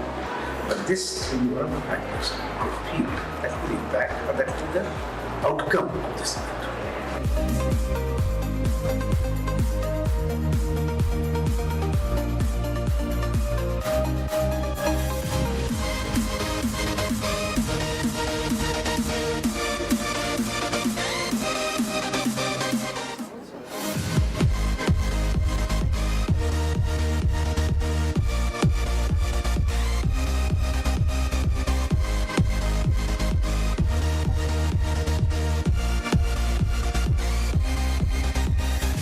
The Green Fashion Initiative is so incredibly exciting because of the global impact that India as a nation has on the apparel industry as a whole. In fact, today I learned so many things at the conference. But I think so the time has come that we cannot run away anymore.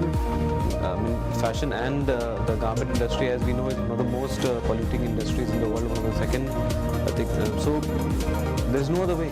Green is the only way we can go. Girls, let us address these burning questions, explore, discover new ways for coherence and collaboration through insights shared by our keynote speaker.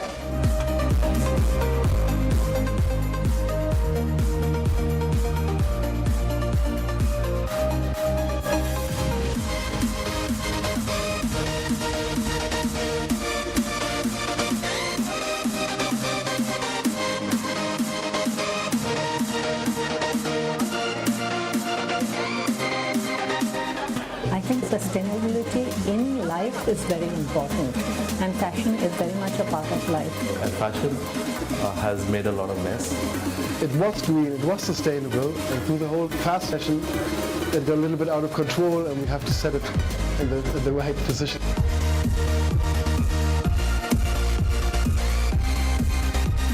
Well, I think it is highly commendable that SOFT have created this platform, because it is education's responsibility to create this cultural shift that we're all having to go through.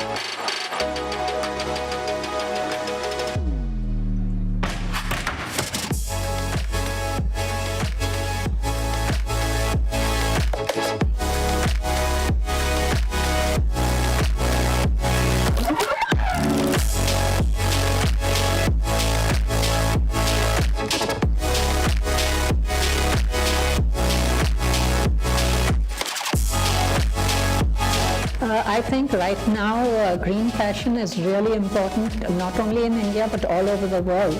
I think it's very important for the younger generation to choose sustainability. Nowadays, a lot of people are moving towards the modern techniques of dyeing and printing, but I think after attending this workshop, I'll definitely use the traditional artwork because it's very beautiful and it's very amazing. We saw some very nice documentaries, fashion documentaries about artisans and craft, and it was a lovely example to learn about different things, about copper, about Kolhapur chapals, about so many different crafts and art, and it was a pleasure seeing the creativity of the media students. Hopefully next year we see more of this.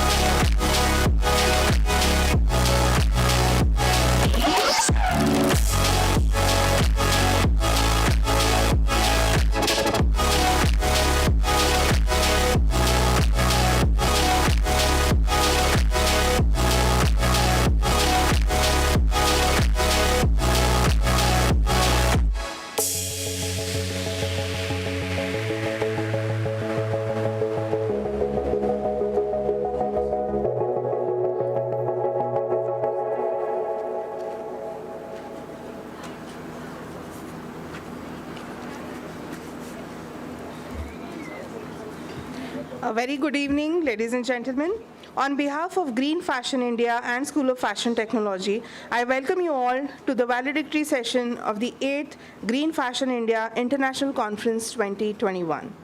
We are very pleased to invite the guests on the dais.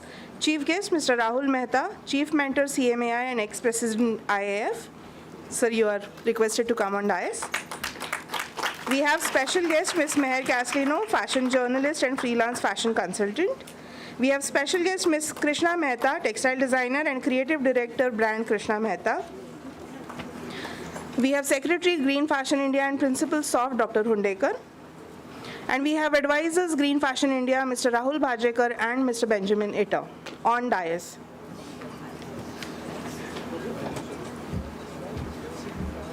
Ladies and gentlemen, I would now like to invite Dr. Hundekar to extend the welcome.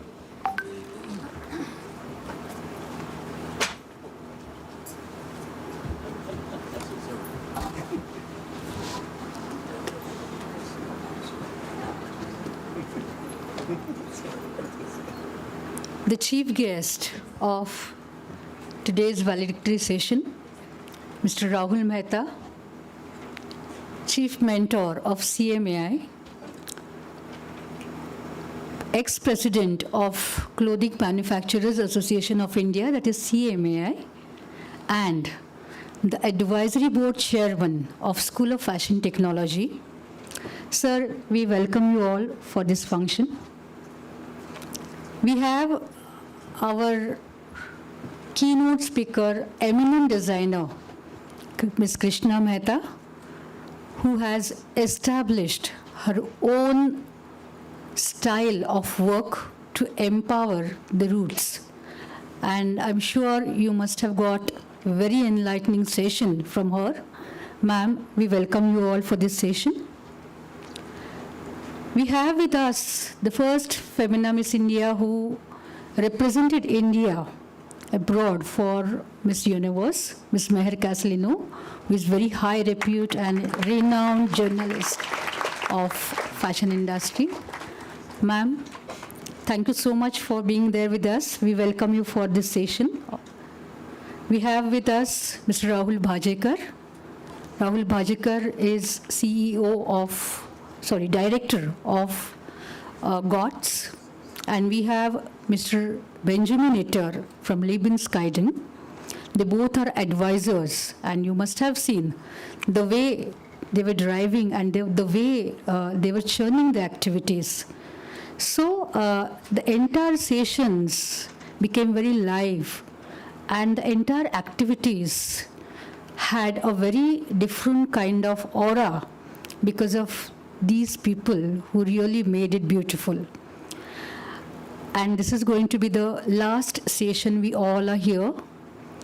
And I'm sure you all are excited because we are going to announce the winners.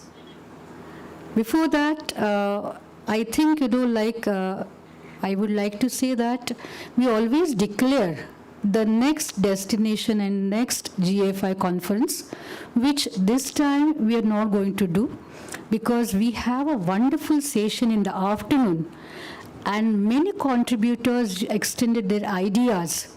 And I'm sure, we have to rethink, we have to again reconnect them, sort out those ideas. We have to talk to our mentors, and we have to come up with really genuine and very meaningful activity. I'm sure the GFI committee, the GFI family will come up with a brilliant idea for all of you to make the most exciting and most promising conference, but that we will announce after a few days. Sir, ma'am, I'm really thankful to you to be here, and I request Mallika to please take it over.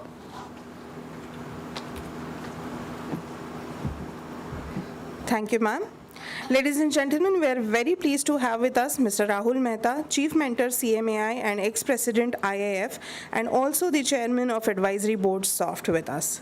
Sir is a personality who has been a part of the fashion and apparel industry in India for only 4 decades now. He has been associated with the launch and growth of iconic brands like UFO Jeans, 109 Fahrenheit, Fusion Beats, Urban Republic Jeans, Portico, and more. He is Managing Director of Creative Garments Private Limited and former President CMAI, former President International Apparel Federation, a member of the management of several fashion organizations, and on the advisory board of several fashion institutes, including SOFT Pune.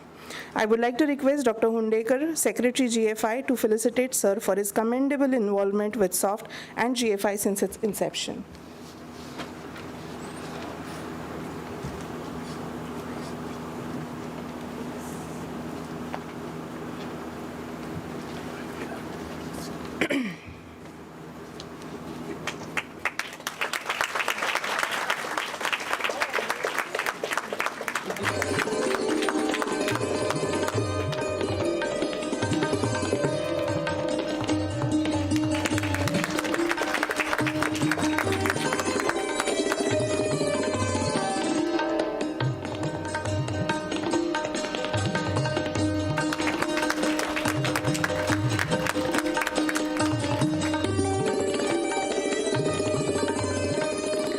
Thank you so much, ma'am. Thank you so much, sir. May I now request Ms. Krishna Mehta, ma'am, the keynote speaker of today's session, to kindly come forward and share her experience on Green Fashion India.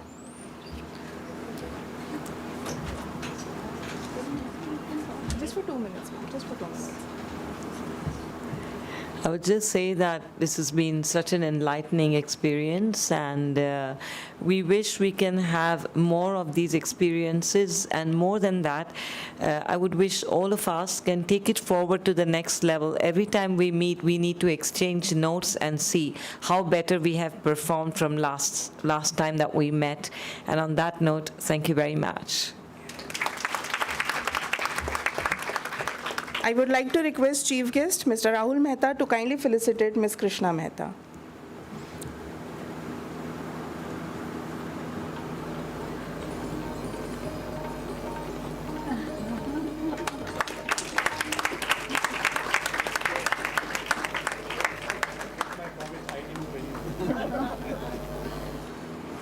I would now like to, sorry.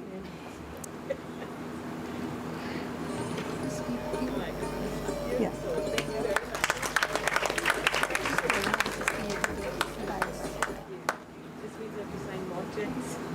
Ma'am, it's a special mention that one of our alumni have designed these diaries and they have developed their own brands.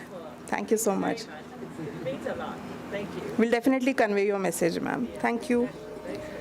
I would now like to request Mr.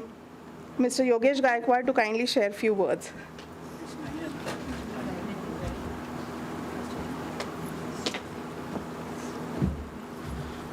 Thank you, ma'am. I still recollect when I was in Dystar, and we had this great initiative of Manju ma'am and Rajesh Balakrishnan, starting up with soft this green consortium, and what a wonderful mission which was started, and everybody who touched upon him really felt the energy behind it, that it was a very authentic and a very good initiative to spread the sustainability initiative, the circular economy, the regenerative economy, all these things we can put into one mission and spread it to across the platform, people involved across the supply chain to come up to one place and share their ideas, so that basically the students, the faculties, the professionals, the entrepreneurs, everybody can learn and take something with them from this.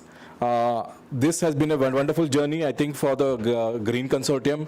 Many people have learned from it. Many people have understood what sustainability is all about, what this initiative is all about. And I think we will, in future, this will be the fuel that will create entrepreneurs that are going to change the world forever. So thank you, ma'am, for having such a great initiative. And thank you, everybody who has supported the initiative. Thank you.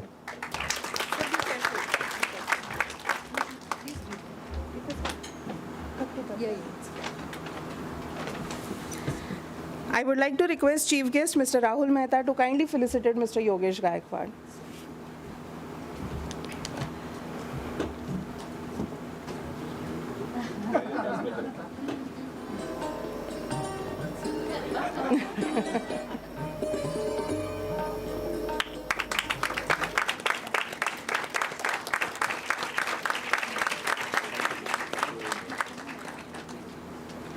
Thank you, sir.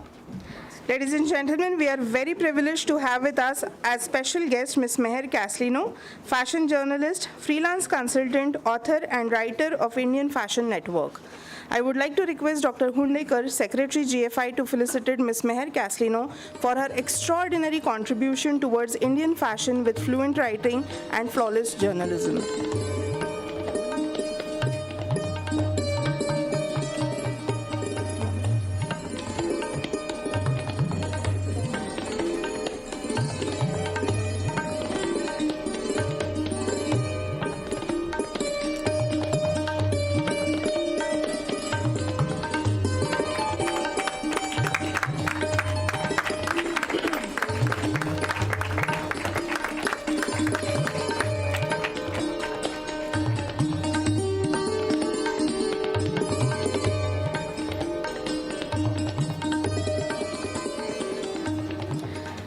Ladies and gentlemen, the Green Fashion India Forum is initiated with a lot of people, collaborations, and associations.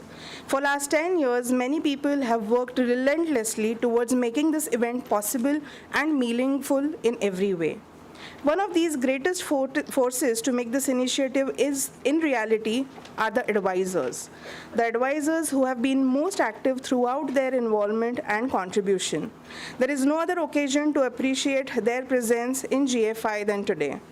Ladies and gentlemen, with a very proud feeling, let me call upon Mr. Rahul Bajekar, Managing Director, Gods Ahead. I would like to request Chief Guest Mr. Rahul Mehta to felicitate Mr. Bajekar.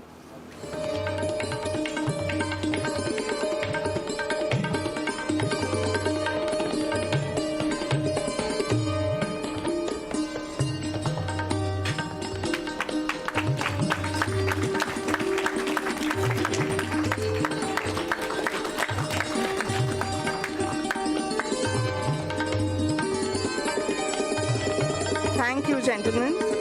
And we have with us across the 7 seas Mr. Benjamin Itter, the most enthusiastic personality who has been playing a pivotal role in initiating Green Fashion India Forum since its inception. I would like to request our special guests, beautiful ladies, Ms. Meher Caslino and Ms. Krishna Mehta, to felicitate Mr. Benjamin.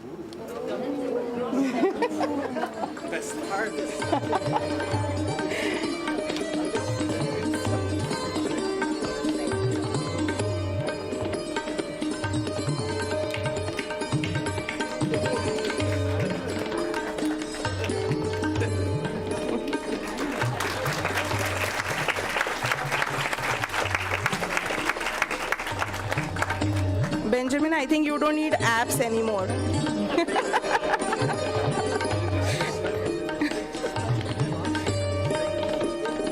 Thank you so much, ladies. Thank you so much, Benjamin.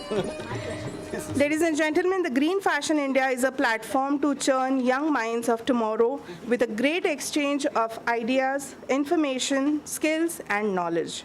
For last 2 days, we all had been busy listening and sharing the expert thoughts and keynote speeches by the esteemed speakers. On the other hand, simultaneously, our young minds were involved into varied activities and competitions. It's really great and proud to see the enthusiasm of our young minds, our students, for their deep understanding and inclination towards green approach. These young minds have been judged and appreciated for their work by our esteemed jury members from academics, industry, and design fields. I would like to request Chief Guest Mr. Rahul Mehta to do the honors to felicitate these jury members. May I please welcome, for upcycling competition, Dr. Jignasa Shah.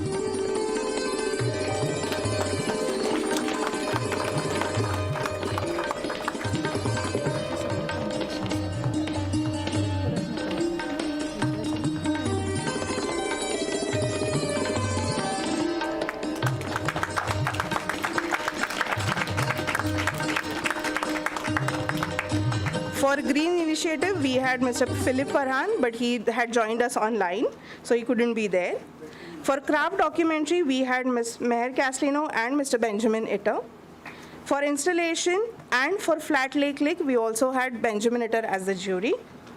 For Paper Presentation in the faculty discipline, we had Dr. Archana Bhatnagar, Dr. Anjali Karolia, Dr. Rahul Bajekar, and Dr. K.D. Zoshi online. For paper presentation in the student stream, we had the juries, Dr. Madhu Sharan, Dr. Pratima Goel. Ma'am, can we have you on the stage? And Dr. Srinivas Dudgaonkar joined us online. Dr. Pratima Goel, ma'am, was also the jury for the poster presentation from students category.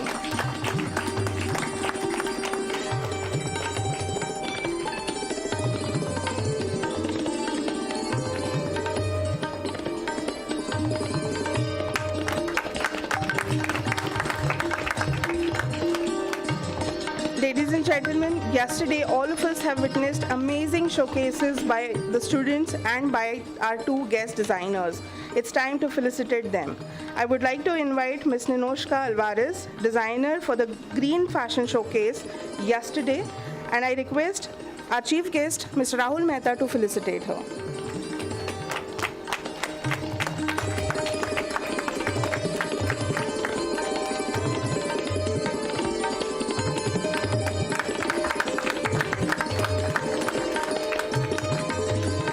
like to request Mr. Mehta to felicitate our second designer, Ms. Vishwa Shah.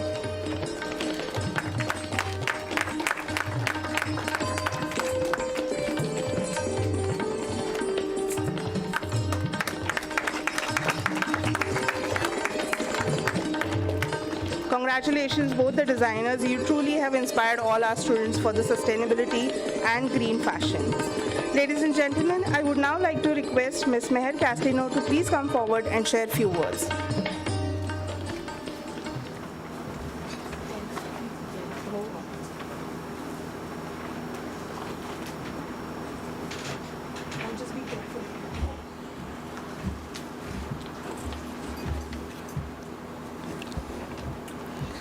Chief guest Rahul Mehta, Manju ma'am, Krishna Mehta, Benjamin, and Rahul Bajrekar. I thank SOF for inviting me to the 8th edition of the Green Fashion India seminar in Pune. And it has been one of the most enjoyable trips for me, since this is the first time I'm traveling out of Mumbai since the lockdown in 2020. The 8th edition of the Green Fashion India seminar in Pune, an initiative of the Maharishi Karve Sri Shikshan Samstha, School of Fashion Technology, Pune, was a very successful event this year, which gave valuable information on the way ahead for the subject of green fashion to be continued in India as well as globally.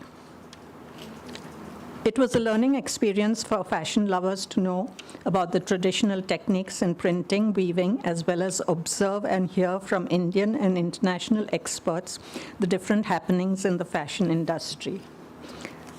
I have just one suggestion to make, which I hope SOFT will take it forward.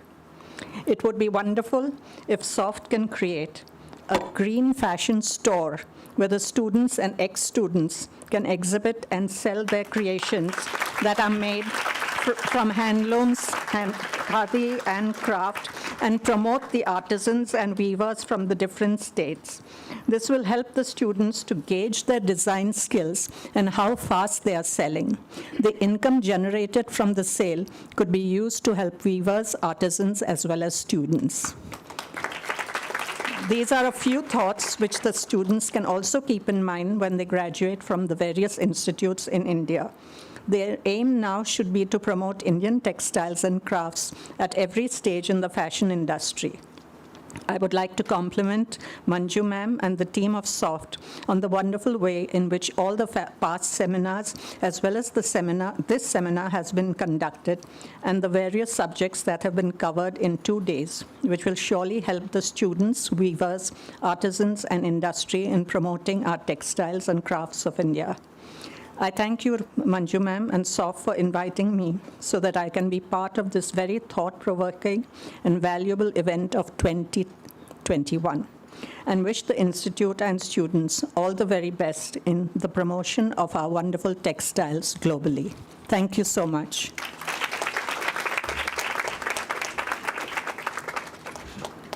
Thank you so much, ma'am.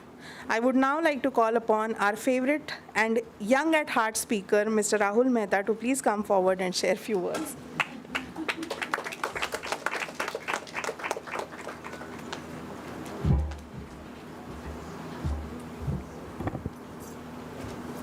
Thank you. And I'm supposed to be the chief guest today, but I frankly thought I was back in my school days. The number of times the principal made me sit down and get up, sit down and get up. I thought I was asked to do sit-ups by my school principal.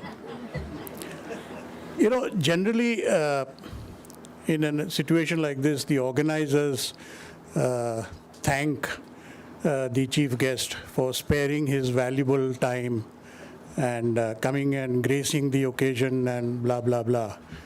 In my case, it's the reverse. I have to thank Dr. Hundekar for giving me this opportunity for 2 reasons. Number one, I'm so proud to be associated with this institution. I think I have been associated with it for quite some time. And I think it's one of the most amazing fashion institutes that I have come across. And it's always an honor and a privilege that I am invited in some capacity or the other. The second reason is more important. It gives me an opportunity once a year to be photographed with two of the most lovely ladies on this planet, Meher Castellino and Krishna Mehta. And I'm sure neither of the ladies would mind if I say that above all other ladies stands one lady who towers about everybody else by the sheer commitment, dedication, and results that she has achieved, Dr. Hundekar.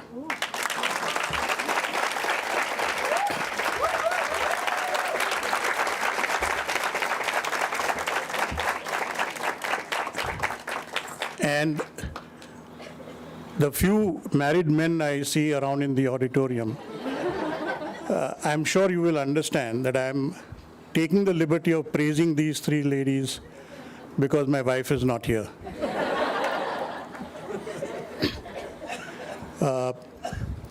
But, this whole, if I can use a pun on the word green conference, I can tell you one thing. When they see the photographs of mine with Meher and Krishna, my colleagues and friends in the industry are going to go green with envy. But on a more serious note, I will confess that when this whole idea of green environment and sustainability and all this started a few years ago, most of us in the industry felt that these were words which were very good for seminars and conferences, but not really relevant to our industry. I remember going back from one of the early conferences and talking to a colleague of mine and saying that, we have to do something about the green environment. And he turned around and said, why, you don't like the color blue? And because I was making denim jeans, which is probably the worst offender in terms of sustainability and green environment and so on. But that was the, I won't say callousness, but that was the casualness with which the industry was taking green, anything to do with green or sustainability. But I have to admit that things are changing and changing very, very rapidly. Today, not only can a fashion institute dare to devote so much of its focus and energy on sustainability and environment and so on, there are in fact colleges coming up, universities coming up, which have green environment and sustainability as the core of its syllabus. So the industry also, and although I speak also on behalf of CMAI, I think, I don't know how many of you would be aware, probably not too many, but CMAI has managed to get 16 of the top brands of India to sign what we have called the SURE resolution, the Sustainability Resolution, SU_RE, SURE resolution, where they have committed that within a foreseeable future of 3 to 5 years, they would transform a significant portion of their raw materials, processes, and functions and activities into a more sustainable, more environmental friendly nature. And I know it's 16 brands out of probably 16 lakh brands and labels that are there in India, but it is a beginning. And it is the 16 top brands of the country. You name any, Aditya Birla, Raymond's, Arvind Groups, Shoppers Stop, Lifestyle, Max, Levi's Jeans, Pepe Jeans, Anita Dongre. All these brands are members of this SURE group that we are setting up. And for you students also, I think once it gets going, unfortunately because of COVID, we had to sort of slow down our progress.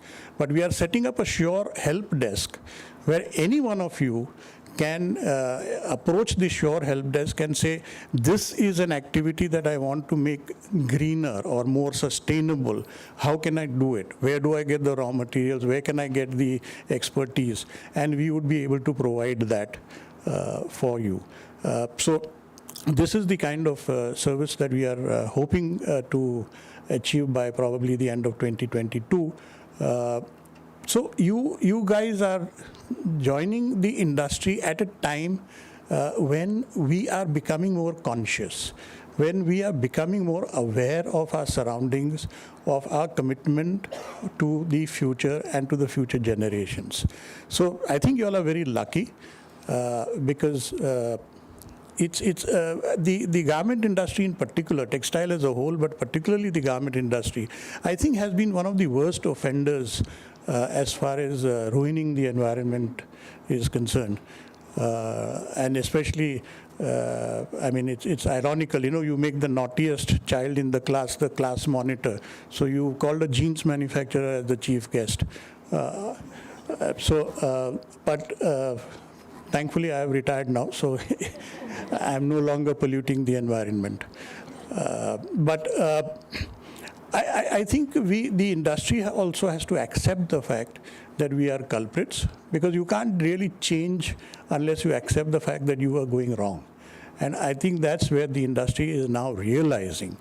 The next step, according to me, and this is what I have been talking to Dr. Hundekar also, is to make it commercially viable.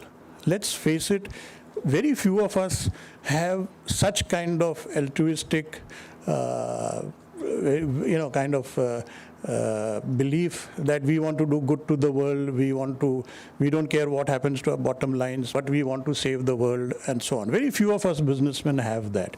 Most of us still want to first take care of our bottom line and then do whatever activities. So whatever you people develop as the institute, as the faculty, as the students, you must keep this in mind. How do I make it more commercially viable? And whatever developments that you do, if you can keep that in mind. I remember once I had come here and there were some lovely denim fabrics, and as a denim manufacturer, I immediately said, oh wow, let me use this. And I asked what would be the price of this, and Dr. Hundekar said, oh, I think, after all it is hand woven, after all it is this, and after all it is that. So I said, yeah, after all, but after all, what is the price? And she said about 2,500 rupees per meter. And at that time, I was buying denim fabric at 250 rupees a meter. Now, how do you expect me to sell that? Yes, everybody will understand that a hand-woven material, a handcrafted garment will probably cost more, but it has to be affordable in the mass market. Otherwise, it will remain restricted to the elite designers and the Lakme Fashion Week participants. It will not go beyond that. And you cannot do much for the weavers. All of you all want to do it. We all want to do it, unless it goes to the masses, unless it goes to the Ramanik bhais and the Mota bhais, unless these people start wearing handloom shirts and handloom jackets or whatever. I think it's not going to really take off to another planet. And that's what I think the next phase that SOFT and you students, I think we'll have to look at. How do we make it commercially viable? These are some of the few thoughts that a very ungreen person has towards the green movement. And I wish you all the very best, and congratulations to all of you all, the winners, as well as the not so lucky winners. But not to worry, I don't think this competition is of much importance. I think it is what you will do in the rest of your life for the environment that will really make you a heroine for the green environment. Thank you very much.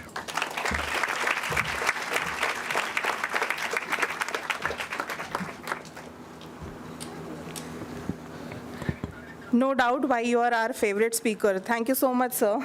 It's always a great pleasure to hear from you. Thank you so much once again for gracing this occasion. Ladies and gentlemen, the green attitude is witnessed for last 2 days as our young budding designers are actively involved in exploring their sustainability quotient in the form of variety of activities organized by Green Fashion India. One of such activity under students competition is the craft documentary, and we have a winning entry here. Let us take a look and see what they have to show us. Requesting IT team to kindly play the documentary.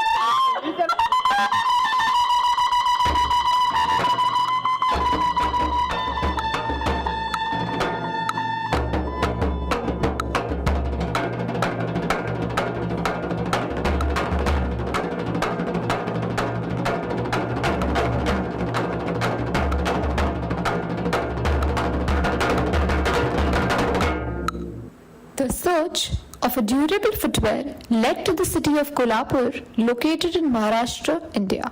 As the name itself, Kolhapuri chappal originated from Kolhapur, which was especially made for the people of this place. Anil Raghunath Doiphode, माझं वय 54 आहे आता running. मी कोल्हापूरचं पारंपरिक आहे, इथला जन्म माझा झालेला आहे. आता माझी 5वी ते 6वी पिढी आहे. 1980 पासून मी या व्यवसायामध्ये काम करत आलेलो आहे. कोल्हापुरी चपला कशा बनवायच्या, त्याची वेणी कशी घालायची, त्याची शिलाई कशी मारायची, त्याची वाजी काढून त्याच्या वेण्या कशा वापरायच्या, कुठलं लेदरचा भाग कुठल्या चप्पलला वापरायचा, ह्या विषयावर मी जसं माझं काम वाढत गेलं त्याप्रमाणे मी काम करत गेलो. कोल्हापुरी चप्पलचे जे प्रकार आहेत 125 प्रकारचे चप्पल आहेत. आता पहिला कमी होत्या, पण आता 125च्या पुढे प्रकार झालेला आहे. पण त्याच्यामध्ये सर्व मटेरियलवर अवलंबून आहे.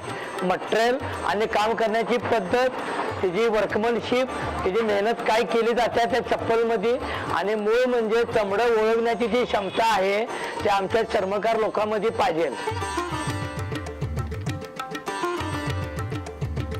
Subhashnagar of Kolhapur is one of the main areas where about 15 to 20 artisans together make the Kolhapuri chappals. No masterpiece has been created without great labor, as is evident by looking at the hands of these artisans.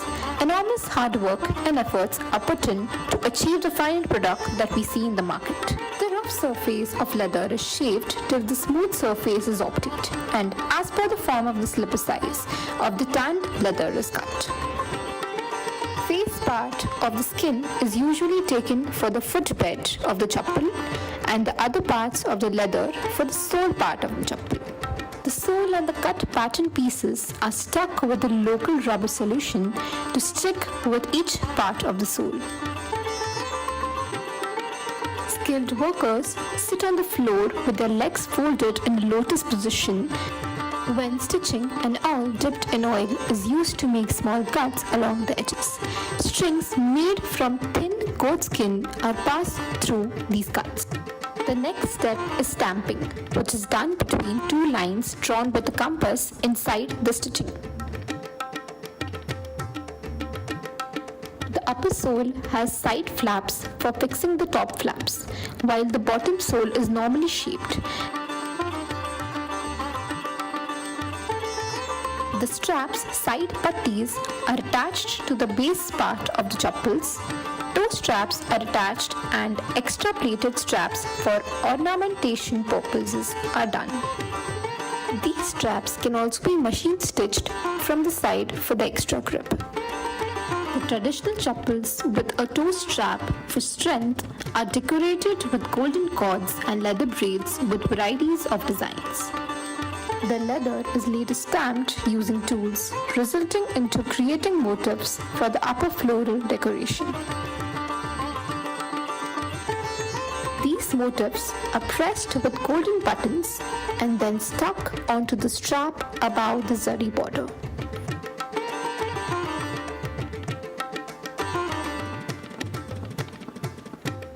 The veni is braided with 3 strands that goes between the toes and brings in stability while walking. These venis are usually braided by women using oil or water.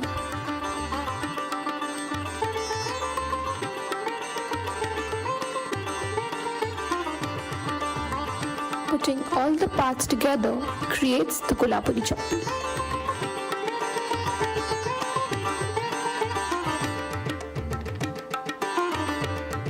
Then comes the final polishing part.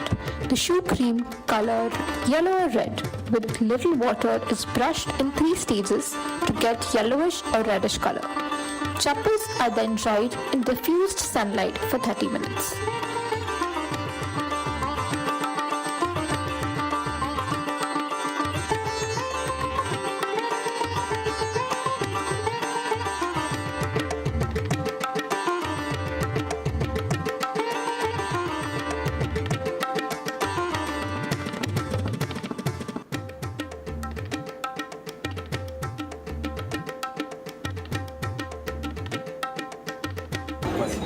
माझं नाव विकी कांबळे आहे.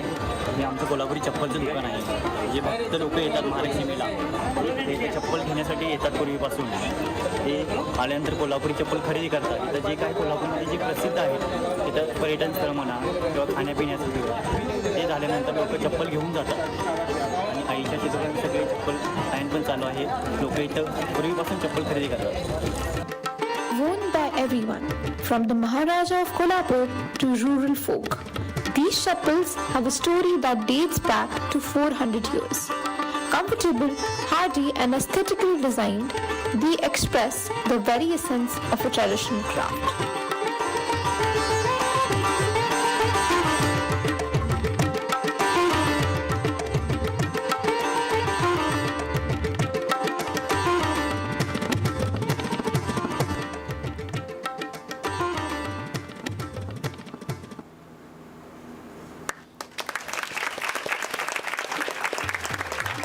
Thank you so much, students, for this wonderful craft experience through your documentary. Ladies and gentlemen, it's time to the most awaited event of the conference, the prize distribution.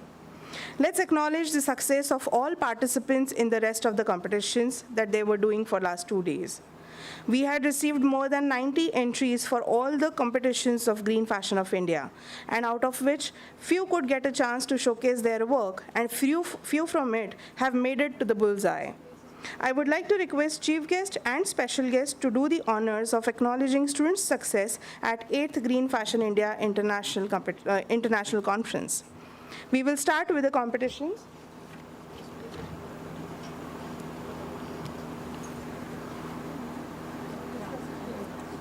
We'll give that, we'll send it across, don't worry. We'll send it across to you. The documentary will send it across to everyone for it, because we have time constraint.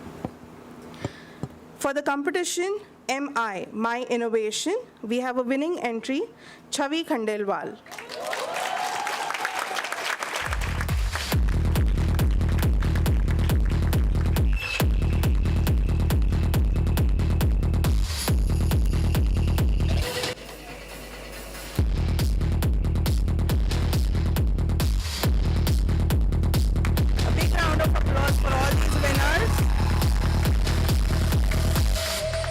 For Motive My Way, we have a winner, Divyansha Garg.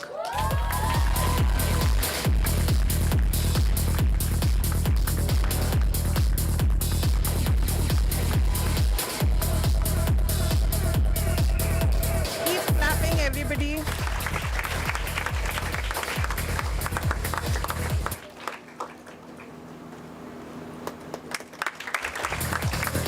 For the competition My Axis, we have a winner, Shraddha Chatar.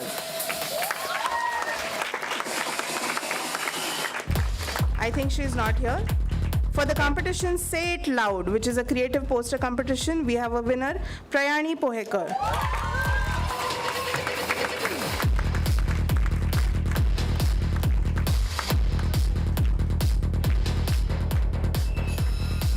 Let us keep clapping to celebrate these winners.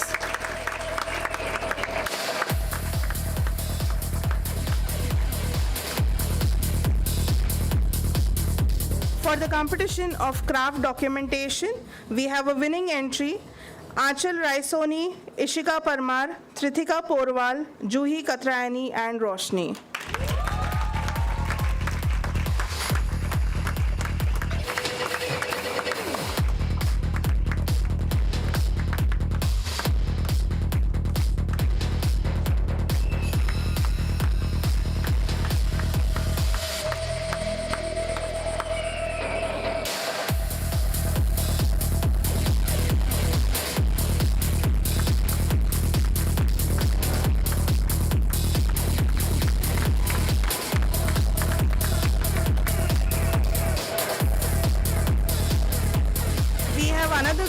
has grabbed the first place. That's Avni Lubri, Rupal Gangan, Shitanshu Dehankar, Madhura Sawant, and Gauri Raut.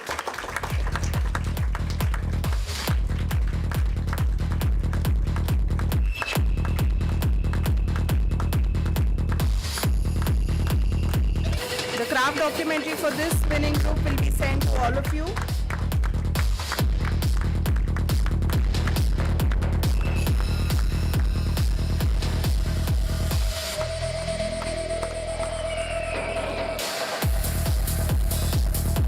Keep clapping.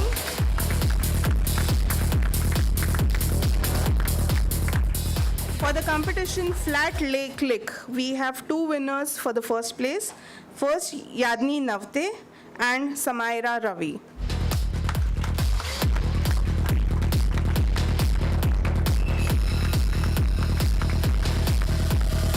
Yadni Navte.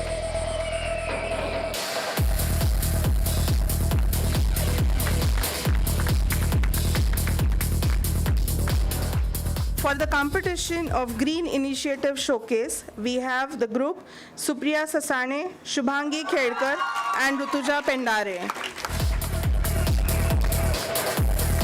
Let us give them a big round of applause, everybody.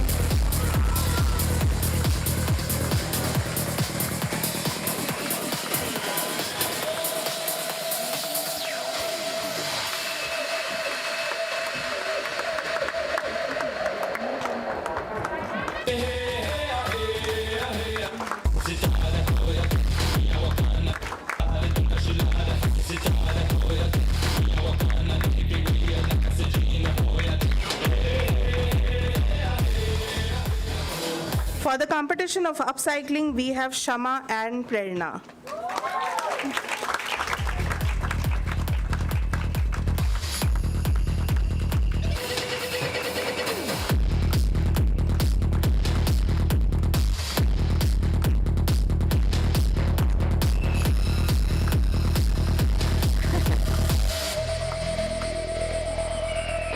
Can we have a big round of applause, everybody?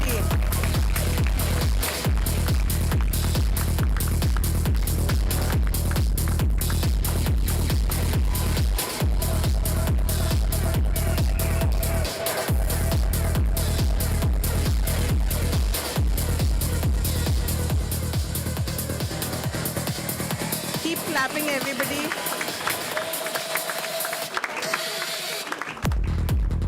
For the installation competition, we have two groups for the first place.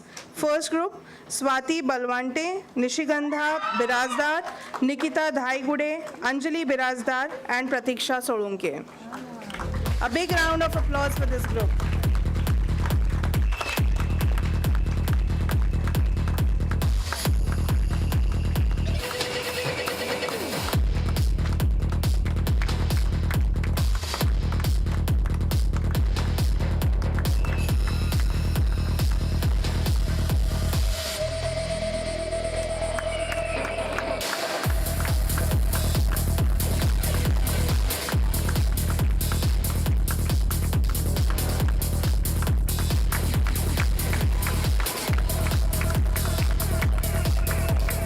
And the second group for the first place, Tanaya Pandit, Pranayani Pohekar, Avni Reddish, Shreya Ghosh, Gauri Raut, and Samruddhi Palve.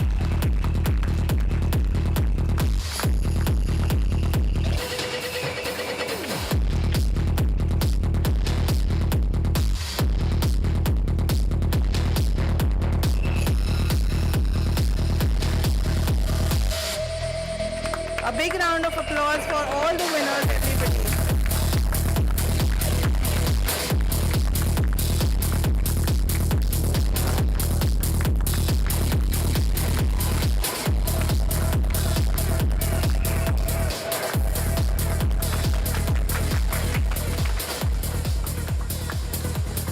For the competition of fashion quiz, we have a group of 3 students, Ria, Diansha, and Ruchita.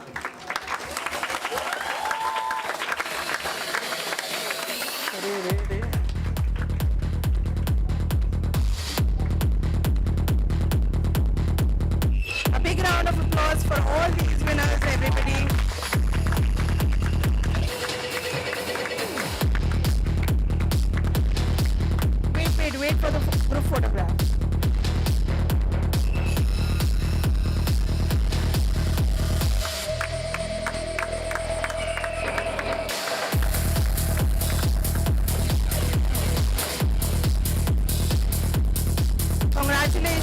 all the students for winning on your entries. For paper presentation, academics, for all the faculties, we have a winner, Ms. Mohika Joshi.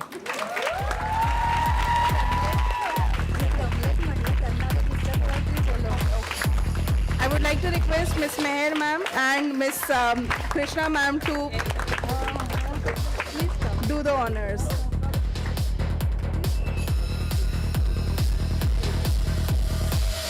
A big round of applause for Ms. Mohika Joshi.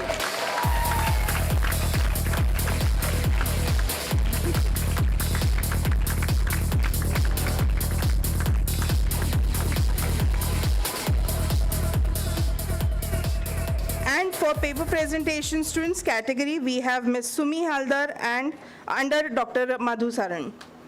Ms. Sumi, do we have her here? All right. It was an online entry, so the winner is not here. We will send her the certificate and her gift later on. All the runners, thank you so much, ma'am. You can take the seat. All the runner-ups will receive their certificates after filling up the feedback form. Same goes with all the attendees and rest of the participants. Thank you. Heartiest congratulations to all the leaders of green fashion. We hope all of you continue this wave of green fashion today and tomorrow so that the rest of the world can follow you. Ladies and gentlemen, we are very proud that this year one of our students, Ms. Kshitija Gandre, has won the international design competition held by SDC International, which is SDC UK, for the India Heat. And we are very proud that this is the third year in a row that SOFT has won this prestigious award. I would like to request our chief guest and special guest to kindly hand over the award to Ms. Kshitija Gandre. A big round of applause for her achievement.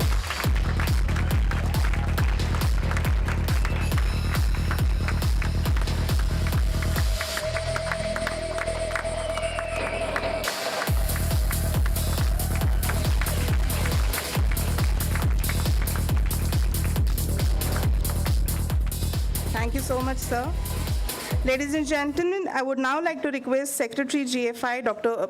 Manju Hundekar, to kindly come forward and present vote of thanks.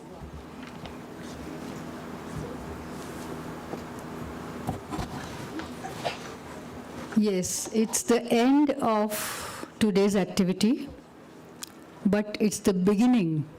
It's going to be the beginning of many more activities. I'm sure the young minds who have got inspired through so many wonderful sessions, so many inspiring talks, they are going to take this forward. And that is why I'm going to break the rule of the dais.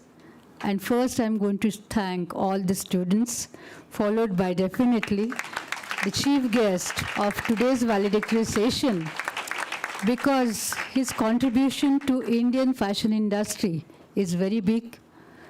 Though he appears to be very, easy and, taking everything very easy, but the work which he has done, I think hats off to him. And I'm sure the two ladies who are really very eminent and acknowledged ladies from the field, at the same time Rahul Bhajekar sir and Benjamin, every one of us will acknowledge and accept that his contribution to Indian fashion industry is very big. So thank you so much, sir.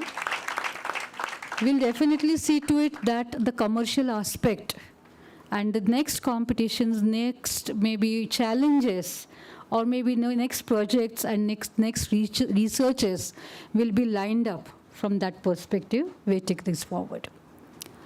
The advisors are so important. It is, like everyone, I could feel a little awkward, but everyone was telling me that I'm the person, but I think I'm just the representative of everyone here who have contributed this activity in a very big way. I think our advisors, Rahul Bhajekar sir, Benjamin Itter, Hemang Agarwal, and everyone, they're the pillars of this consortium of green fashion, that is Green Fashion India. I think without them, it is very difficult. And I think everyone here is contributing so much. All institutes who are coming all the way, taking so much of pain and thinking, all teachers, all professors who are making their students think about green fashion. I think their contribution is really big. And for all teachers, we should be giving a big thank and big clap to everyone.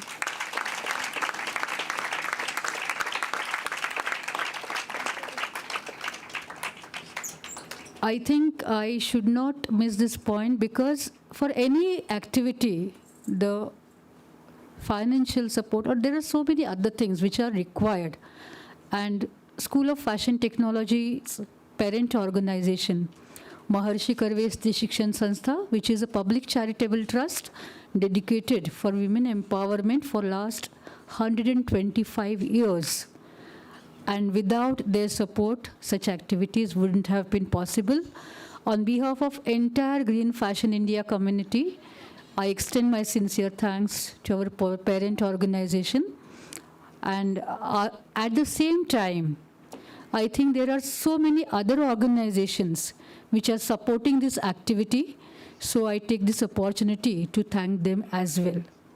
Our Media Institute, which is the recent development of MKSSS, the Media and Research Institute. All these cameras and all these people, they are the faculty members of our Media Institute. Otherwise, it would have been so expensive activity to broadcast such kind of event. I'm so thankful to you, Apurva, and your team. Your contribution to our activity is very big. I would like to thank Soham and his team also for making, the films very quickly. And I think, their help was really crucial, because making a film in a day was very difficult. Thank you, Soham and your team.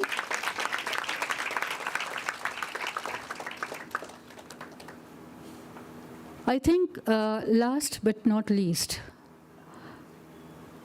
me and my team members, we all are together. Because I think, some instructions are given and not been followed will collapse everything, rather, anything and everything.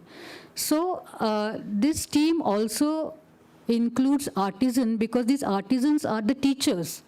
So the entire fraternity of School of Fashion Technology, the family of School of Fashion Technology, who is the key players of making this activity successful. I'm really thankful to them for making this activity the most of it. I'm sure, they all are so dedicated, and they will take this activity in a much bigger and wider way, or maybe with wider horizon. And this activity, like how Maharshi Karve Stri Shikshan Sanstha is having a legacy of 125 years, with their help, with their initiative, we can definitely one day witness that this activity will flourish, and green fashion will become the way of life of each and every person in India. Thank you so much.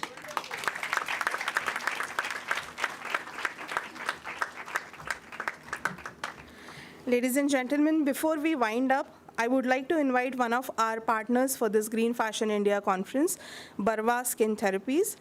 Can we have someone from the brand? Okay. Can I invite Mr. Umesh Dharmadikari? Yeah, please. Yeah, he's there. Okay. So we have Mr. Devendra Dharmadikari to represent Barwa Skin Therapies. They have been consistent with their support for this conference. Can I request Chief Guest Mr. Rahul Mehta to kindly felicitate Mr. Devendra Dharmadikari?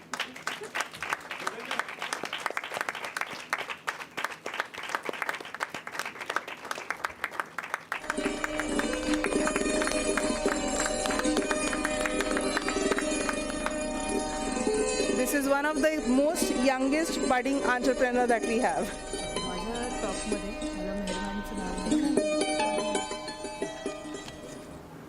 I need to pay the apologies because the most important person I have missed, Meher Madam. I'm really sorry because you're so close to us and you are making this activity so happening, and I'm really sorry. We have to give a very big hand to Meher ma'am. Thank you so much, ma'am, for being there with us. Thank you.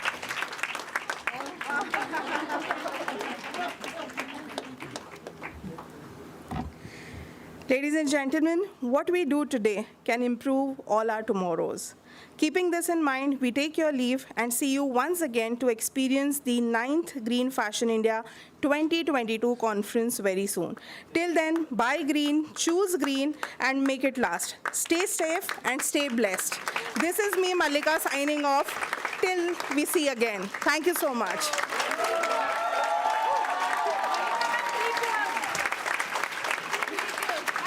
Three cheers for soft. Hip hip, hooray! Hip hip, hooray! Hip hip, hooray! Thank you so much.